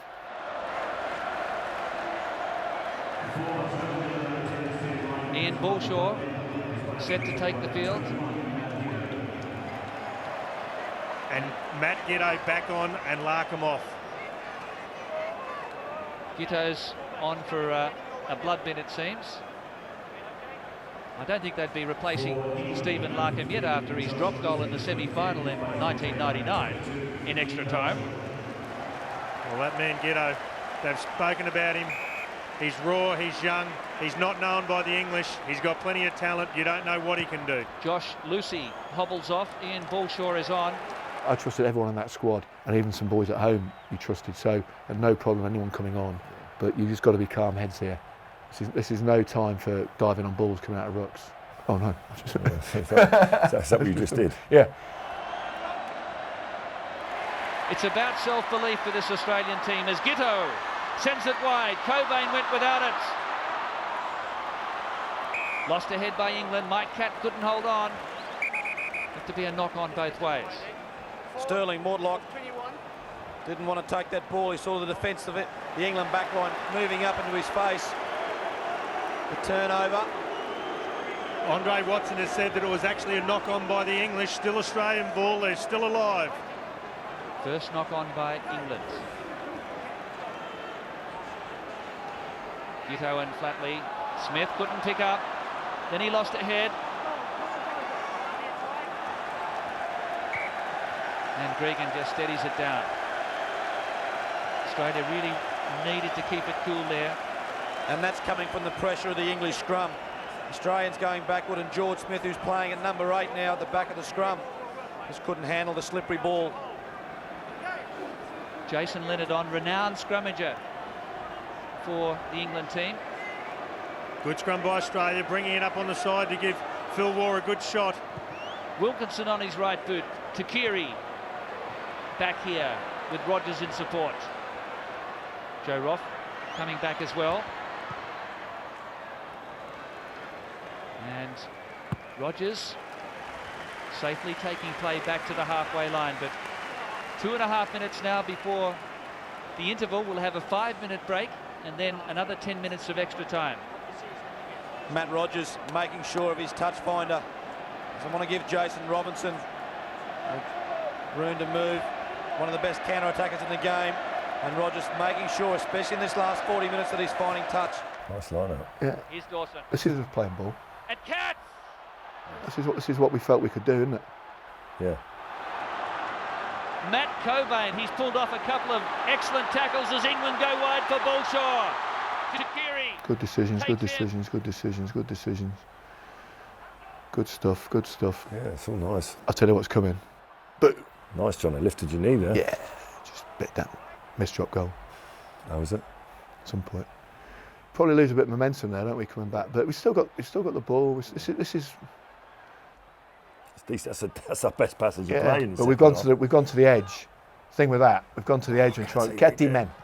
We've gone to the edge and we're trying to drop a goal. Just come back into the middle and drop a goal, or just come back into the middle and hold on to the ball. Number 7, knock Give on. a break. Give us a break.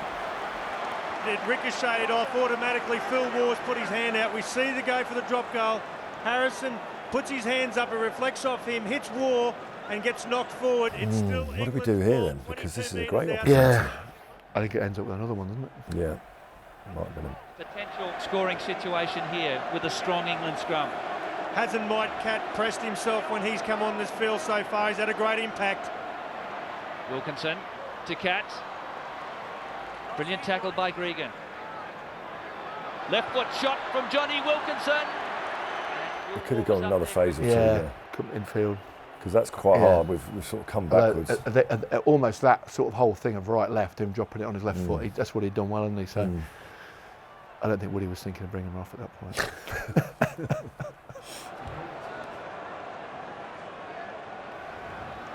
Just 20 seconds or so before the interval in this extra time.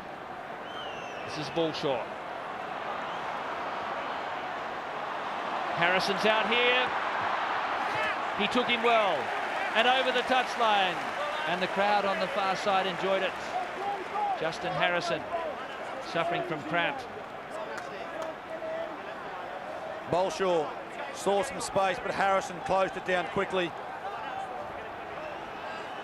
Andre Watson calling for play to continue as Harrison's down on the sideline. This will be the last play before the break. And that one going off the side of the boots.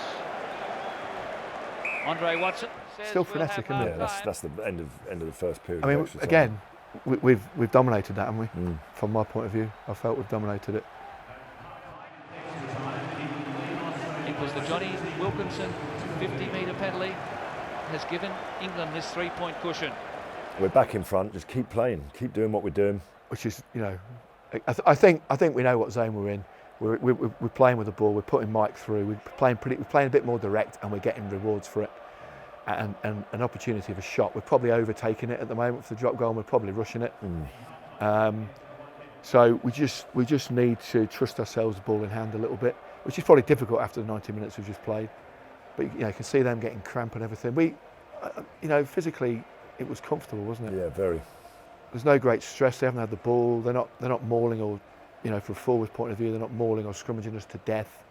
The pace is quite manageable. It's there for us. It's there for us. Honestly, now we should probably just trust ourselves with ball in hand, unless it really, really slows down, and just pin them back. I've never been more sort of in the game, in the moment, yeah, in the moment. And let's just win this game of rugby, score more points than them. Doesn't matter what it looks like, you know, what anyone thinks about us or all that crap. Just win the game, and we'll go home as world champs. Yeah, we'll go home as world champs. You don't even have to give us a trophy. We'll walk straight off and get on a, you know, don't care. Win the game. Yeah. Because regretting about it for the rest of your life would have been unbearable. Yeah. Would have been unbearable to lose that game. A game you think you should win. If they'd have outplayed us, fair play to them, would have been horrible. But you can live, you know, it would have been very, very tough. But to lose that game would have been, it would have been unlivable. Yeah. Unlivable. Wouldn't it? Yeah. Where would we be now? God no, some sort of asylum. Not watching it. No, you would have had to have, honestly, seriously had to have come to terms with that, and it would have been very tough. Martin Johnson's out there, he's controlling the team now. Clive Woodward's left them alone. Eddie Jones, it's in the lap, knows it's in the lap of the gods. But what a way to finish this World Cup 2003. 10 minutes of extra time to go. England enjoying a 3-point lead. They're watching in Swaziland at the Glen Rand Stadium. A big screen. And also at Birdsville at 50 degrees at the moment. Sub-zero at Casey Station in Antarctica. The heat here at Telstra Stadium, though, is white hot. The Richter scale is off the metre. This is where Australia have to be clinical. They must win their set pieces. For me, I feel really Australia have to start chancing their arm now. They're down in the territory, they can build the phases. Australia win the line out. Gitto wide, flatly to Takiri. England with 3 defenders waiting, but Australia clean out well. Gregan quickly to Smith. Will Greenwood throws him to ground with a shoulder throw. Cobain's pass picked up by Young. Little knock on, said Andre Watson. There was no halfback for the Wallabies. George Gregan wasn't there in time. This is where the fatigue will start setting in. These players will be virtually out on their feet. When fatigue sets in, the mind starts to go. When the mind goes, they start to make mistakes. Dawson has a look back at Gregan, who's not even bothering to follow the ball round, which he's entitled to do. That's a pretty good dominant scrum. Again, we've played the ball. We could have taken so many more. Yeah, but we never. Yeah, but you're right, because you never thought he was going to give us a penalty. No, that's true. You're right. This is perfect. This is perfection. Great kick, and we're pinning them back. And that's a great kick from Takiri, to be fair.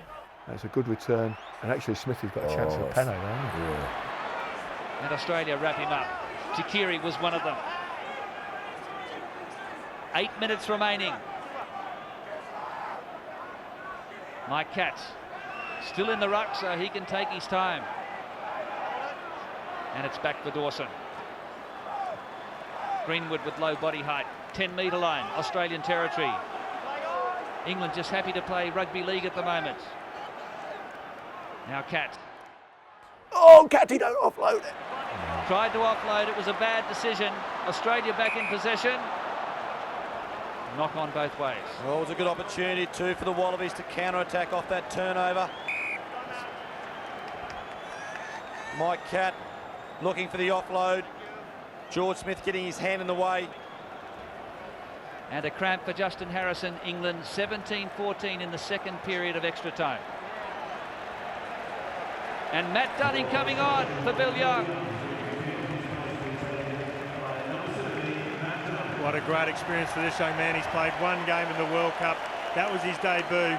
This is his second. Matt Dunning in the white headgear for Australia, on for his second test match.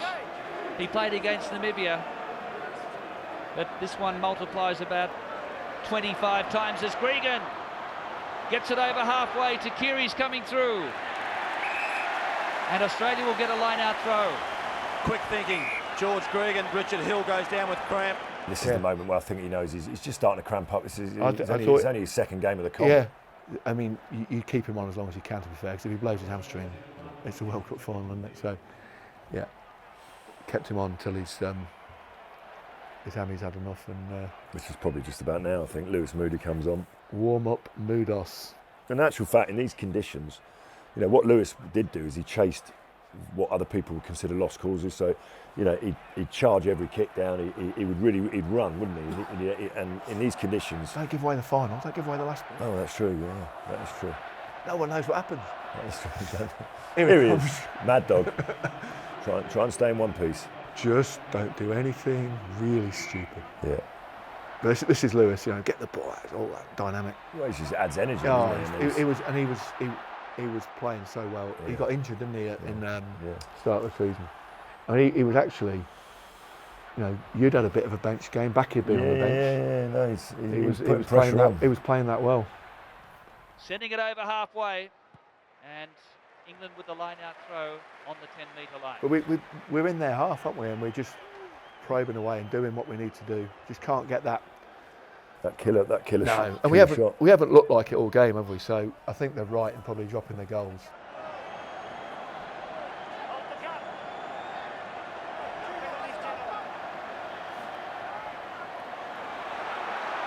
Here comes Dunning. Flicked it back. Bit of soccer skill there from Matt Dunning. Now Australia and Larkham out wide to Mortlock. Rogers here. This was the most nervous I was with them with the ball. They very nearly scored. Big unit having a run.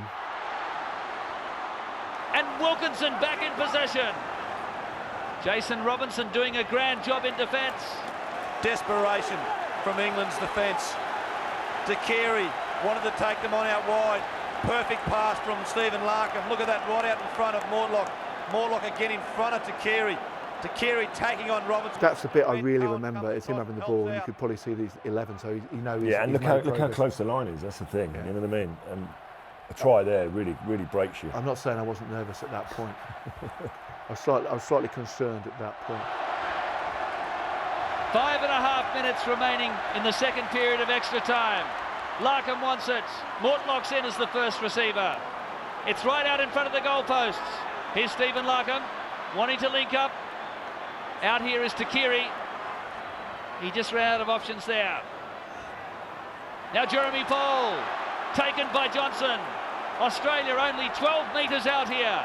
Takiri wasn't supposed to get that one. But the Wallabies maintaining possession. England's defence spread right out. Man on man here, and Gregan has a gap.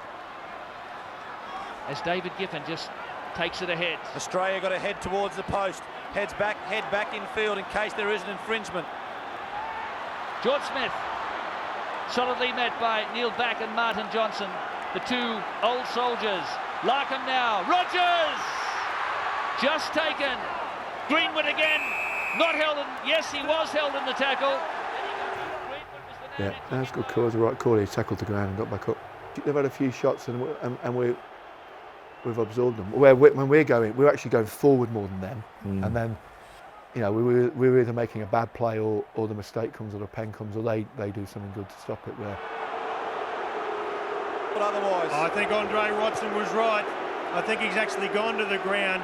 It was still in the motion of moving, but he was actually held. Look at him go to the ground there, held. And then he's got back up again as Greenwood's actually let go of his tackle. and that man Greenwood. This is it. This is the line out they score off. Yeah, this is a penalty. So no, this is. Well, we tap it back, and then I'll get pinged, mate. Have you lived with a burden? I think have you just lifted the burden from me? I think you've lived with a burden too Well, long. hold on, mate. It's tap back. Yeah, watch. Who's the man? And from the side. Going from behind. I think he does both of us. I'm happy to give it to you. No, I think he does both of us. He said, John and Dallaglio, you both have it. And it was by the captain himself in Martin Johnson, and surprise, surprise, George Gregan is going for the point. He's probably got a point there, actually. We call it already. It's here. Andre Watson very pacific about what's happened in the ruck. Elton Flatley, he steps up again for the second time to level it up. You can see the conflab happening here. There's Benny Kay, there's me. Who else is there? Wilco. Is what we do off the kick-off, isn't it? We're just assuming he's going to kick this. If he'd missed it, actually, you'd probably have better because we wouldn't have known what to do. No, but it's really important what we do off the next so kick-off. I'm saying to Wilco and Benny, I'm saying we're going to have a kick-off. And Tomo came over and said, we're going to kick short, regain the ball. I said, calm down. We're going to go long. Shut up. We're going to kick We're going to go long Be because quiet. they're going to kick it. And if they don't kick it, great, we'll tackle them. You said kick it right because we knew that Matt Rogers is left footer, so therefore, he's probably not going to run out of his own 22 in the World Cup final. And if we put it on his left hand foot, then he's probably not going to make it back to the halfway line. They're going to be, they've just equalised. If they want to run it out of there, fair play, good on them, ballsy, but we'll tackle them as we've done all game. He's going to kick it, and we're going to have a shot at the line out. And we'd pre-called that with Tomo, what we were going to get. Elton Flatley, who yet again has the pressure of a nation on his shoulders.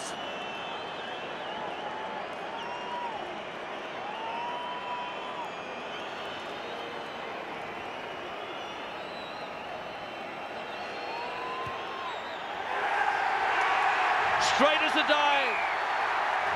17-all. If the scores are tied at the completion of extra time, we'll have a 5-minute interval and then a further extra time period shall be played. And that will be sudden death. And that'll be 10 minutes of pure hell. So let's just do this, make the tackle. Yeah. So Mudos makes the tackle. I think he gets back out. And is it Mudos gets pressure on him? Yeah, it is. Gets pressure on Rogers. Yeah, he's like full of energy. And Yeah. that is good pressure. But, I mean, look. It's further. It's closer than I thought. That line out. Yeah. And I said to Benny, "What's the call?" He said, "The back is on," because the back had been on all game. And Tomo, you could see he didn't really want to throw that ball. And we told him, if you miss it, it's not your fault. It's our fault. They will set it up. They'll go midfield. Wilkinson will set it up here, and he'll wait for his opportunity. This is the moment, though. This is the moment. Because there's nothing on. Dawson goes himself, he fooled everyone. Wilkinson still in position here. This is England's chance. Back is there. Australia come through. Martin Johnson and England staying composed here. Wilson still in place for the drop goal. Australia come back. Here it is for Jonny. Has he done it? He sure has. Heartbreaker for the Wallabies. Seconds remaining. And that surely is the stairway. I was screaming at everyone here, get back. No, need to slap each other's hands yet and jump in the air. Yeah, but there's also, I think we're all aware that we've still got field kick-off. It's calm. Woodward thinks he's got it. Look at Wilkinson, his composure. He knew it as he hit it. Woodman takes it. Time almost up, seconds remaining. The player of the tournament, Jonny Wilkinson, has snatched it away from the Wallabies. Is this it? And England has joined Sir Alf Ramsey's Immortals of 1966. It wasn't over till he'd blown the whistle, and then you realise, and you take a pause and go, okay, he's blown the whistle, is that it? Because you're denying yourself, you're not even thinking about winning the World Cup. Don't think about winning the World Cup. That's nice, isn't it? I have to say, I know that it's obvious that we've won the World Cup, but at that moment it wasn't obvious straight away. You just think we've won the game. Yeah, and it was just relieved. And George, a nice bloke, shake his hand, and that's what you do at the end of a game, isn't it? Yeah. I always wanted to not be too, in people's faces when you've won. Not be going, Chief, we've won. No, that's the game. The game is about respect, and there's only ever two emotions: there's agony or ecstasy, and of course we're smiling and feeling happy, but we've been on the other side of it. Apart from Ronster, he's given it the full one there. Yeah. To the camera. It's all about relief now for this England team. But it's huge relief because, listen, we're the #1 side. We're unbeaten in a few years. We're expected to win the tournament. And but that game, if they'd come out and played lights made out, it such hard work for and blown us away, you'd have just gone. It's disappointing, but they outplayed us on the day. But we should have won that game comfortably. Yeah, we feel by half time we should have been outside. But it would have been a different game, and we've had to use all our powers of self-belief, of just hanging in there, really, wouldn't we? Just finally pull it off. And I mean, it's a relief because I'm not being funny, but the better, and it's no disrespect to Australia, but the better side won. We've beaten them 7. That was the 7th consecutive victory against them. And we'd have. But they were never far away. I'm not sure what Ireland I would have exiled myself to if we lost that game. It would have been unbearable. Yeah. Unbearable. Right now, I'm in that sort of post-game mode. I'm actually not very happy the way we've played, and you have to sort of go. You've won the World Cup. Also, I mean, I think we had an expectation that anything other than winning the tournament would have been failure. Yeah, disappointing. There might be a shot here. I got my arm around Jonny later on. I think we've been presented. I said to him, I hope it was worth it, because he just felt so under pressure. Yeah, he did. And at times it wasn't fun. No. At times it wasn't fun, honestly, during that tournament. It's tough, and the best place to be was on the field playing rugby, because that's what we did. But it's the England side that has shown amazing character in this tournament. This is a wonderful moment for Neil Back, who was down at the beach with his little kids at Manly. It's Olivia and Finlay Back. I know, it got me into a lot of trouble, that, because I didn't take my kids to Australia. Well, I couldn't, Neil's one. Olivia, she's a fantastic hockey player now. Yeah. She's got the back mentality. Yeah. But I said to her, I feel very awkward getting presented with trophies, because you feel like, why should I get it? It's a team sport. I said to her, do you want to go and get it? She's only 4. I think she was born during the last tournament. And she said, yeah, I thought it would blow her mind and she'd freak out and Becky would have to deal with this. I had a really awkward moment here where I nearly broke my toes, because my toes got caught under that platform, and everyone stood up to get on it. And then the weight of everyone nearly broke my toes. I couldn't get my feet out. I was thinking, I've lasted a World Cup final and extra time. Nearly broke my feet. What a colossus, Martin Johnson. And for the second last phase of the game, it was he who didn't panic. He just took the ball up one more time, because he knew that Wilkinson was there waiting to steer it through for the winning drop goal. It doesn't sink into me for a long time that we've won it. And yeah, we know, you're there, but it's almost surreal. Because normally you play a test match, you shake hands and you walk off. You don't spend time, the crowd goes, and you do this in the changing room. You don't do it on the field.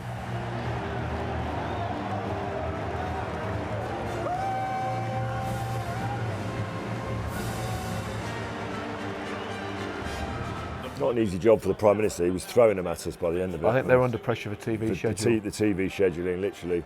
To his credit, he did come into our change room afterwards and sort of said, look, I'm sorry, that looked a bit rushed. I never smile, but he's making me look cheerful. Yeah, he is.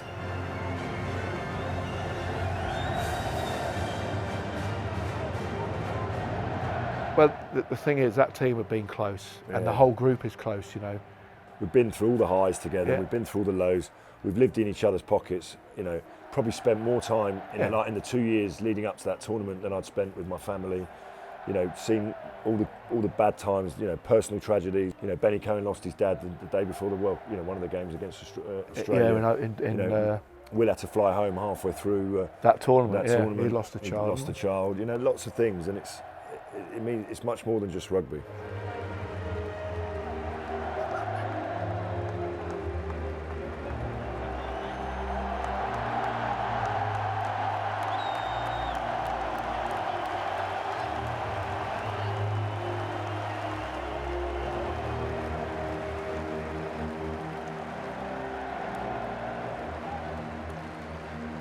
Big Ben K. Billy dropped it. Louise Ramsey, our team manager. Dave Allred, the kicking coach. A fantastic coach. Very, very, very intense coach, but a great coach. Robbo, speaking of intense. Yeah. The growler. And a rise, Sir Clive. And Woody. And he'd been fantastic during that tournament. Great decisions. What's he? He's covered in Gatorade, isn't he? He's covered in something. Martin Johnson looking up at the big screen. And and savouring this wonderful occasion for English rugby.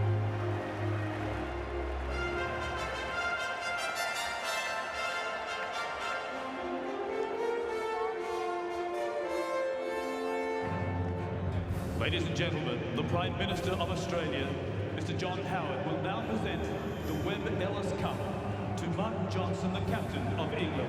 Well, it's all very awkward. I'd have loved to have done it as a group, you know, just got everyone there. And then lifted it. Yeah, and we should have done. You know, I thought that at the time. I thought we just all should be on there. It shouldn't just be me. It's wrong. A true gladiator. Now Martin Johnson. And Bill is heading north over the equator. What this is, though, this is symbolic for people watching on TV and in the stadium, more than it actually was for me. But there has to be a moment where the captain lifts the trophy. Everyone said to me, did you dream of lifting the World Cup? No, I never dreamed of lifting it because it's irrelevant to me. The actual medal thing you win, in a way, is just symbolic, you know. Look out, number 10 Downing Street, Buckingham Palace. England will celebrate long and hard. 2003, the new world champions, England.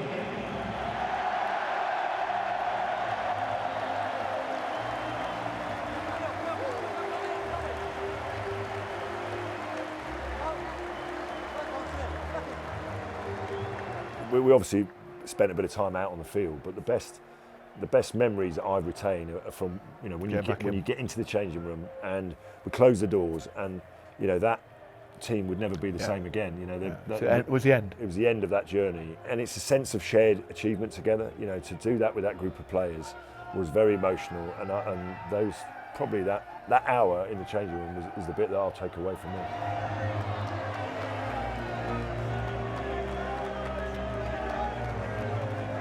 But I sat in the changing room. I didn't want to leave the changing room really, because you know, as soon as I leave this changing room now, like you said, it will never. This team will never play again, and it's over.